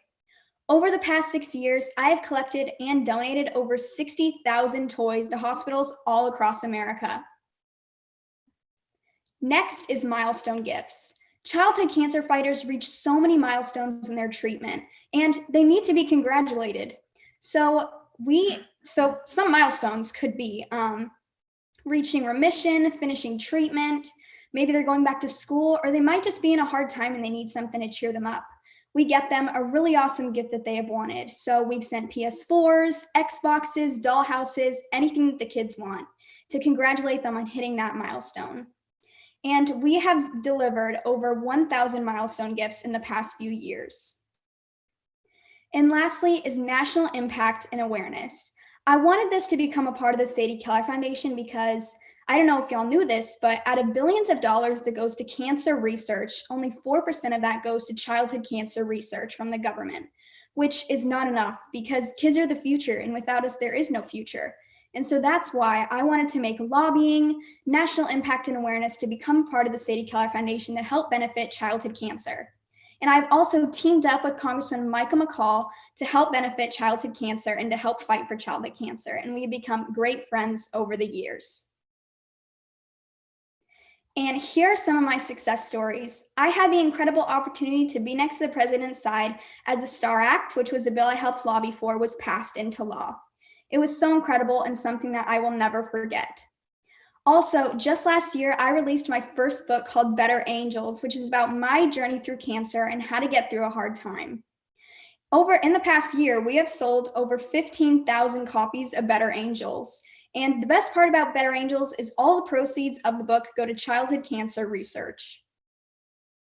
And so how can you help? So some simple ways that you can help is posting or sharing something about childhood cancer on social media. And you can find some great things to share on Sadie Keller Foundation on Instagram and Facebook, so make sure to check us out. You can also help a childhood cancer organization by volunteering. You can host a fundraiser, or you can donate to a childhood cancer organization of your choice. And lastly, what's next? So I want to possibly take my own personal social media and grow it out as much as possible. I want to maybe go from on Instagram, maybe 2,700 followers to maybe 5,000, or on TikTok, maybe go from 400 followers to 1,000 so that more people can hear my mission and what I want to do with childhood cancer. And last year, I visited Botswana, Africa, and visited the kids going through childhood cancer there. And in America, we have come so far with childhood cancer, but in Africa, they are just starting. Here in America, 8 out of 10 kids with childhood cancer survive, but in Africa, 9 out of 10 kids with childhood cancer die. So I would love to take my mission globally and not only help the kids in America, but also help the kids in Africa. And so now you all know a little bit about my story and about the Sadie Keller Foundation. I want to thank you all so much for listening to me and seeing what we do. And I'm so grateful to have had this opportunity to speak with all of you today. So thank you so much. Thank you so much, Sadie. Your foundation is making a huge difference in the lives of cancer patients and cancer survivors every single day. And we're honored to help spread awareness of your work and mission here today. If you'd like to support the Sadie Keller Foundation, be sure to visit them via the link posted below in the chat. I want to give another quick shout out to our friends at Spring Valley Middle School in Canada, currently hosting a watch party. So glad you're here. Thanks so much for watching from Canada. And also thank you to all of our incredible student innovators. You truly are making a difference in your communities and in the world. And we're so excited to continue to see your success and your growth. Now, in a few minutes, everyone in the audience will have the opportunity to cast their vote for the best innovation in the People's Choice Awards. But before you vote, we're excited to announce our final guest speaker of the summit, Alexa Curtis. Alexa is a nationally recognized teen lifestyle blogger and podcaster who creates content for teens and parents who want to learn more about social media, mental health, and living a balanced life in the age of digital technology. Welcome, Alexa. Hi, guys. Thank you so much, Brandon, for that phenomenal introduction. Sorry about that. I'm so excited to be here today. My name is Alexa Curtis, and I'm the founder and CEO of Life Unfiltered with Alexa and the Be Fearless Summit. And I'm also the former host of Radio Disney's Fearless Every Day. Back in 2011, I started a blog to inspire young adults to be fearless and get out of their comfort zone. Over the past 10 years, I've built this platform out into a full-time lifestyle site called Life Unfiltered. And I had the show on Disney where I went across the country interviewing kids who were doing really, really incredible things. I always like to say that being fearless requires one trait, and it's the desire to be uncomfortable, which is actually really quite hard because getting out of your comfort zone requires effort and chance, and you don't know what you're going to get in return. But you don't have to go skydiving or bungee jumping to consider yourself to be fearless. You simply have to try one new task every single day that makes you uncomfortable. So maybe that's trying a new coffee shop or using a new pen, but either way, you'll be uncomfortable and you'll learn something new about yourself. Young adults and you guys here today are the wave of the future. You're the generation that will pave the way for the people after you, and you can't ever feel like you're too young or inexperienced to lead the way and use your voice. Had I never started this blog when I was 12, I wouldn't be where I am today, but I also wouldn't have had the experiences that I brought into my life to hopefully continue to inspire more people to be fearless and get out of their comfort zone too. This world is your oyster, so take advantage of it and don't ever give up on your dreams. Thank you so much and have an awesome rest of your day. Thank you so much, Alexa, for your inspiring words. We've shared the links to Alexa's socials, blog, and podcast down below, so make sure to check them out and consume her amazing content.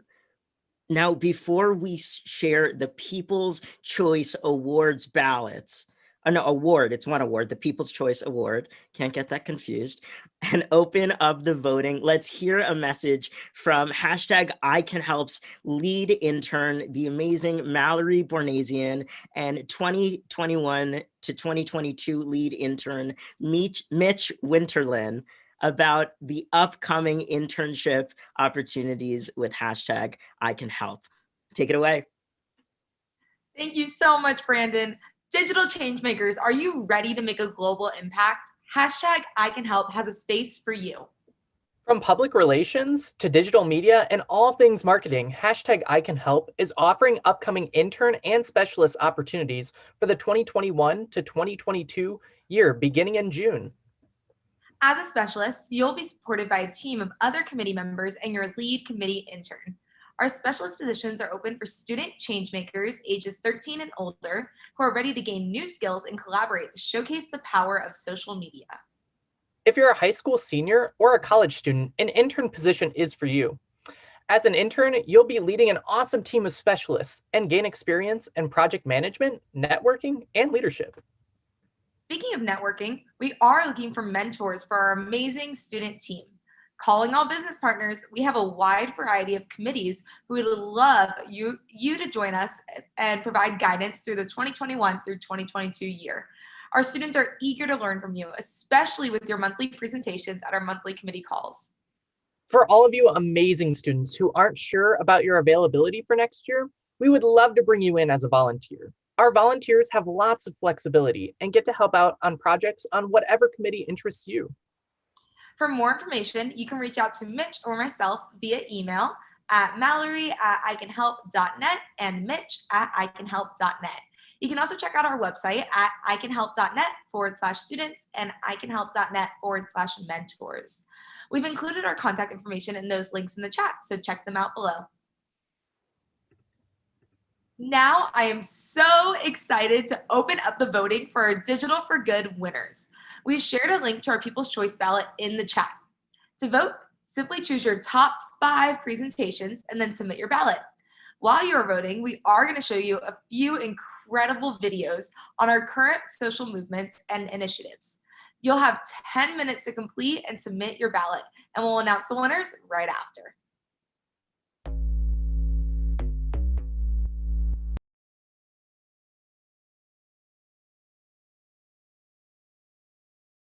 What they don't see is what goes on behind the scenes. It's more than just Black Lives Matter. The lives of Black people are unjust. Only one living a life knows what goes on in our sights. So please, when you say Black Lives Matter, don't just say it because of your white guilt or just because you want to be a part of something great. It's greater than life. No life should have ever been taken away for the color of their skin or looked at as guilty since a kin being preyed on to never win. Black Lives Matter. It's greater than life. Now, how can something be greater than life if life is what we are living right now? Well, we're all going to die. That's why it's greater than life. Most people without brown skin don't have to fear death on the daily or being 3 times more likely to be killed by the police. I could go on and on for hours naming all the Black people killed by the cops. Can you do the same for any other race? Can you tell me you don't feel comfortable in your own place, your own home, having to be grown while still be going through your pubescent ages? Having to be the man at the age of 8th grade? You see, we're spreading Black Lives Matter as if they did not always matter. For once we are looked at as one with the matters of the world. It's taken over 200 years for us to finally get our limelight. With this light, what will we do? Most importantly, what will you do? Will you continue to support the lives of millions who struggle with issues you will never truly understand? Through intellect, you could only understand through your mind. Through experience, could you really understand with your heart? And all of this is only the start, yet people seem to already be finished. How much longer before it's diminished and dismissed like the rest of the matters in the world? Will you stand back and watch us continue to be suppressed, or will you undo the generational repression that causes a collection of PTSD, trauma, violence, murders, Black-on-Black crimes? Do any of you realize the Constitution that institutionalized us to forget about what truly matters? So caught up in the worldly matters, we forget about what really matters. Black lives. It's taken this long for them to actually matter. But how much longer will this really last before another Black person is put on blast for something they did not do? Not speaking against a suppressor is taking their side. Will you speak up on the Black lives whose families are left on their knees in grief from something they will never get a relief, a break from, unless the killings stop? The killings need to stop. Racism has never left and it will never leave, so we must rise above. We must rise above. We are greater than just the color of our skin. Why can our skin not matter just as much as the color of our eyes? There's no justice being served with those of the lives who are being taken for those who are truly unjust. Just mercy. More like unjust no mercy to those who deserve a life of endless mercy. Thank you.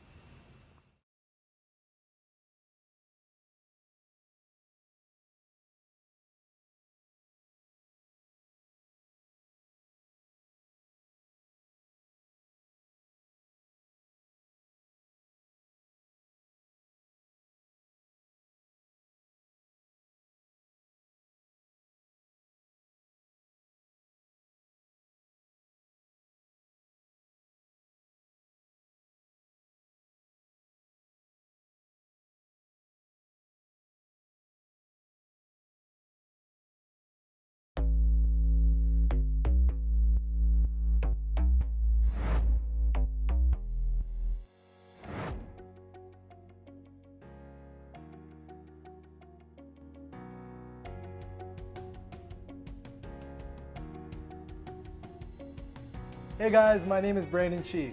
I'm a sophomore at NYU and a digital media specialist at ICANHELP. Today, I'm gonna answer some questions, so let's get straight into it. How did you start with YouTube and what is the ultimate goal with your channel? The ultimate goal for my channel isn't really to hit a certain number of subscribers, it's actually to create content that I enjoy, as well as creating content that other people will enjoy. How has ICANHELP impacted your life? Well, it's a really good question. I think ICANHELP gave me so many opportunities that I wouldn't have had otherwise. It's introduced me to an amazing group of people that I absolutely love working with. It's also allowed me to work with a dedicated team and taught me the importance of teamwork. What is one takeaway or piece of advice you've gained from both YouTube and ICANHELP? Something I learned from YouTube that I would like to share is be consistent. Be consistent with what you like to do. Consistent with your practice, consistent with your learning. They always say consistency is key, and it's true for life, your job, your passion, and even YouTube. Something I learned from ICANHELP is to listen first and speak later. Now, I'm still working on this, but I think working in a team environment has allowed me to be more open to others' ideas. And it's not that I wasn't open-minded before, it's just that in practice and in doing so consistently, I was exposed to it more frequently. It's actually been an amazing thing. So yeah, listen first and speak later. Thank you guys for your time. Bye guys.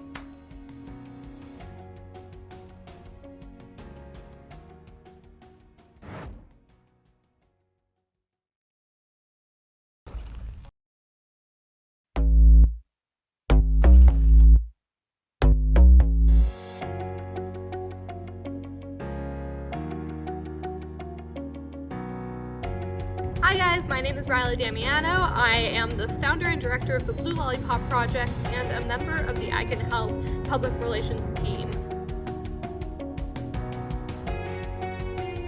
I am so honored to have been one of the 2019 Digital4Good winners and want to tell you a little bit about my experience. The amount of mentorship and advice that I got during the event really helped propel the Blue Lollipop Project forward and has really helped it get to where it is today. Whether that mentorship was on things like fundraising, or marketing, or even just creating a vision for our future, thinking about those things really helped me figure out where I wanted my project to be.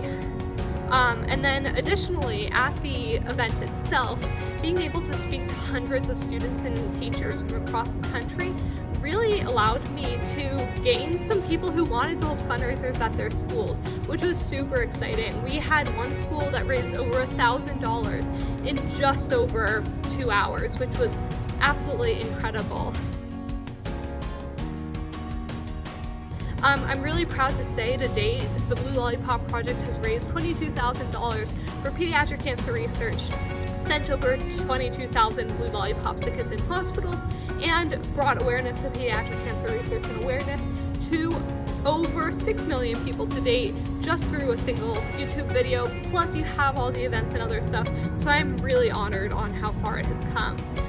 Today, the COVID-19 COVID-19 pandemic has influenced our ability to hold fundraisers just a tad bit. We're starting to have more fundraisers come through as students begin to go to in-person school a little bit more. But another of the projects that I'm currently working on is a children's book about the mission of the Blue Lollipop Project and the power of giving and Blue Lollipop magic. So yeah, thank you so much for listening to my video. I am super excited to see that all that happens with the 2020 Digital for Good winners this April. And yeah, thanks so much.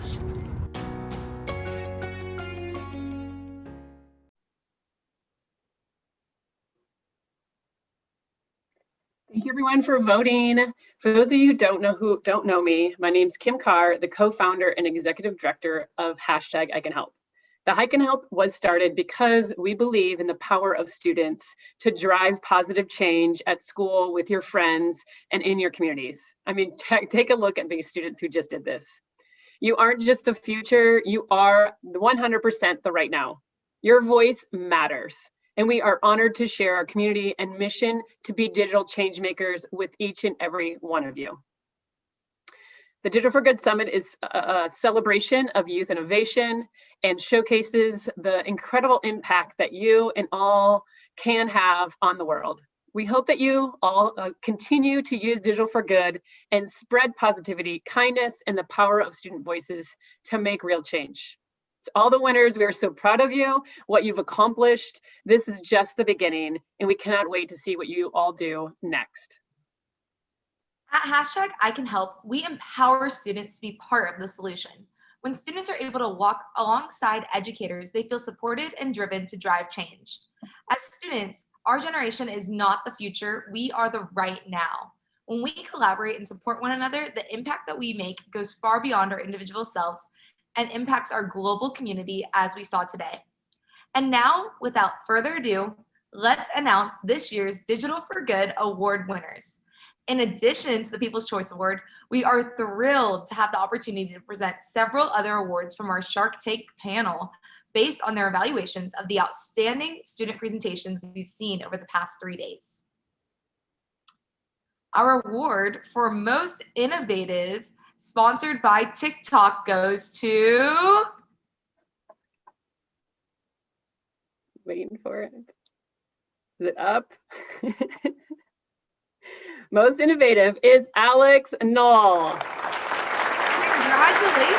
and really well done, Alex. We are so excited for you, and you have been such an incredible Digital for Good winner for us. Well, thank you very much. That means a lot. Very excited to be a part of this. It's been awesome. So thanks, everybody. Absolutely. Love it, Alex. Our award for Most Inspirational, sponsored by Visco, goes to, give me a drum roll, Mal. I love it. It goes to Sadie Keller.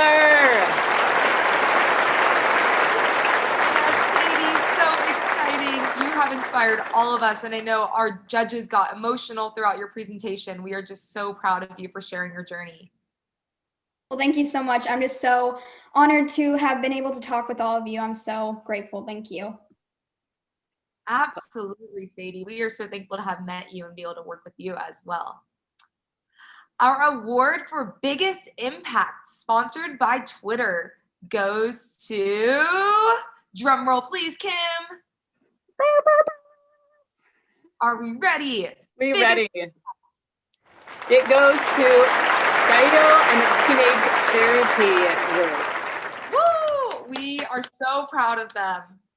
And I know he is not here right now, but he will be here shortly for the meet and greet. So he is trying to get in.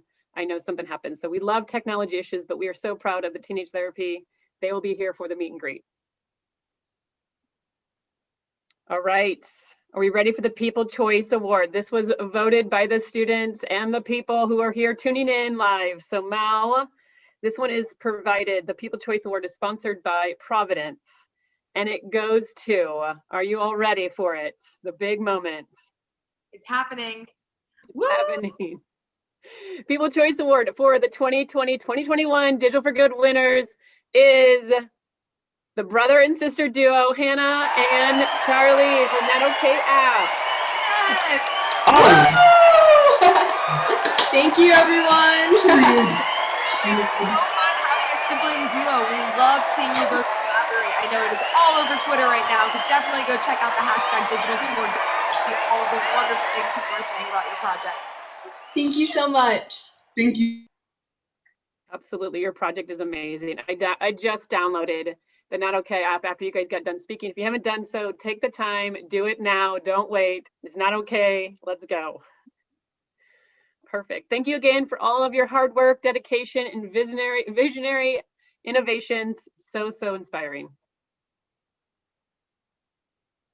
What an incredible event with such an inspiring group of students, Kim. What were some of your highlight moments? I mean, I know literally in the last, we've been at this for about an hour and a half now, and I am blown away by each and every project that we've heard from. How about you? Oh, every project, like every single person who's been texting me or DMing me, they're like, where do you get these students? And I'm like, people nominate them. And I just love that it really is students even nominating each other. It's just so inspiring to see. And my favorite part, honestly, has been the Sharks. Watching, if you've not gone back, go back and watch day 1, 2, and 3. It's so cool to be able to see the students take on these hard questions from big tech companies, to be able to answer and have this vision of where they wanted to take their project was so amazing and inspiring. You guys, I don't know if the winners know it, but you are inspiring more students to do such incredible work. I can't wait to see what happens.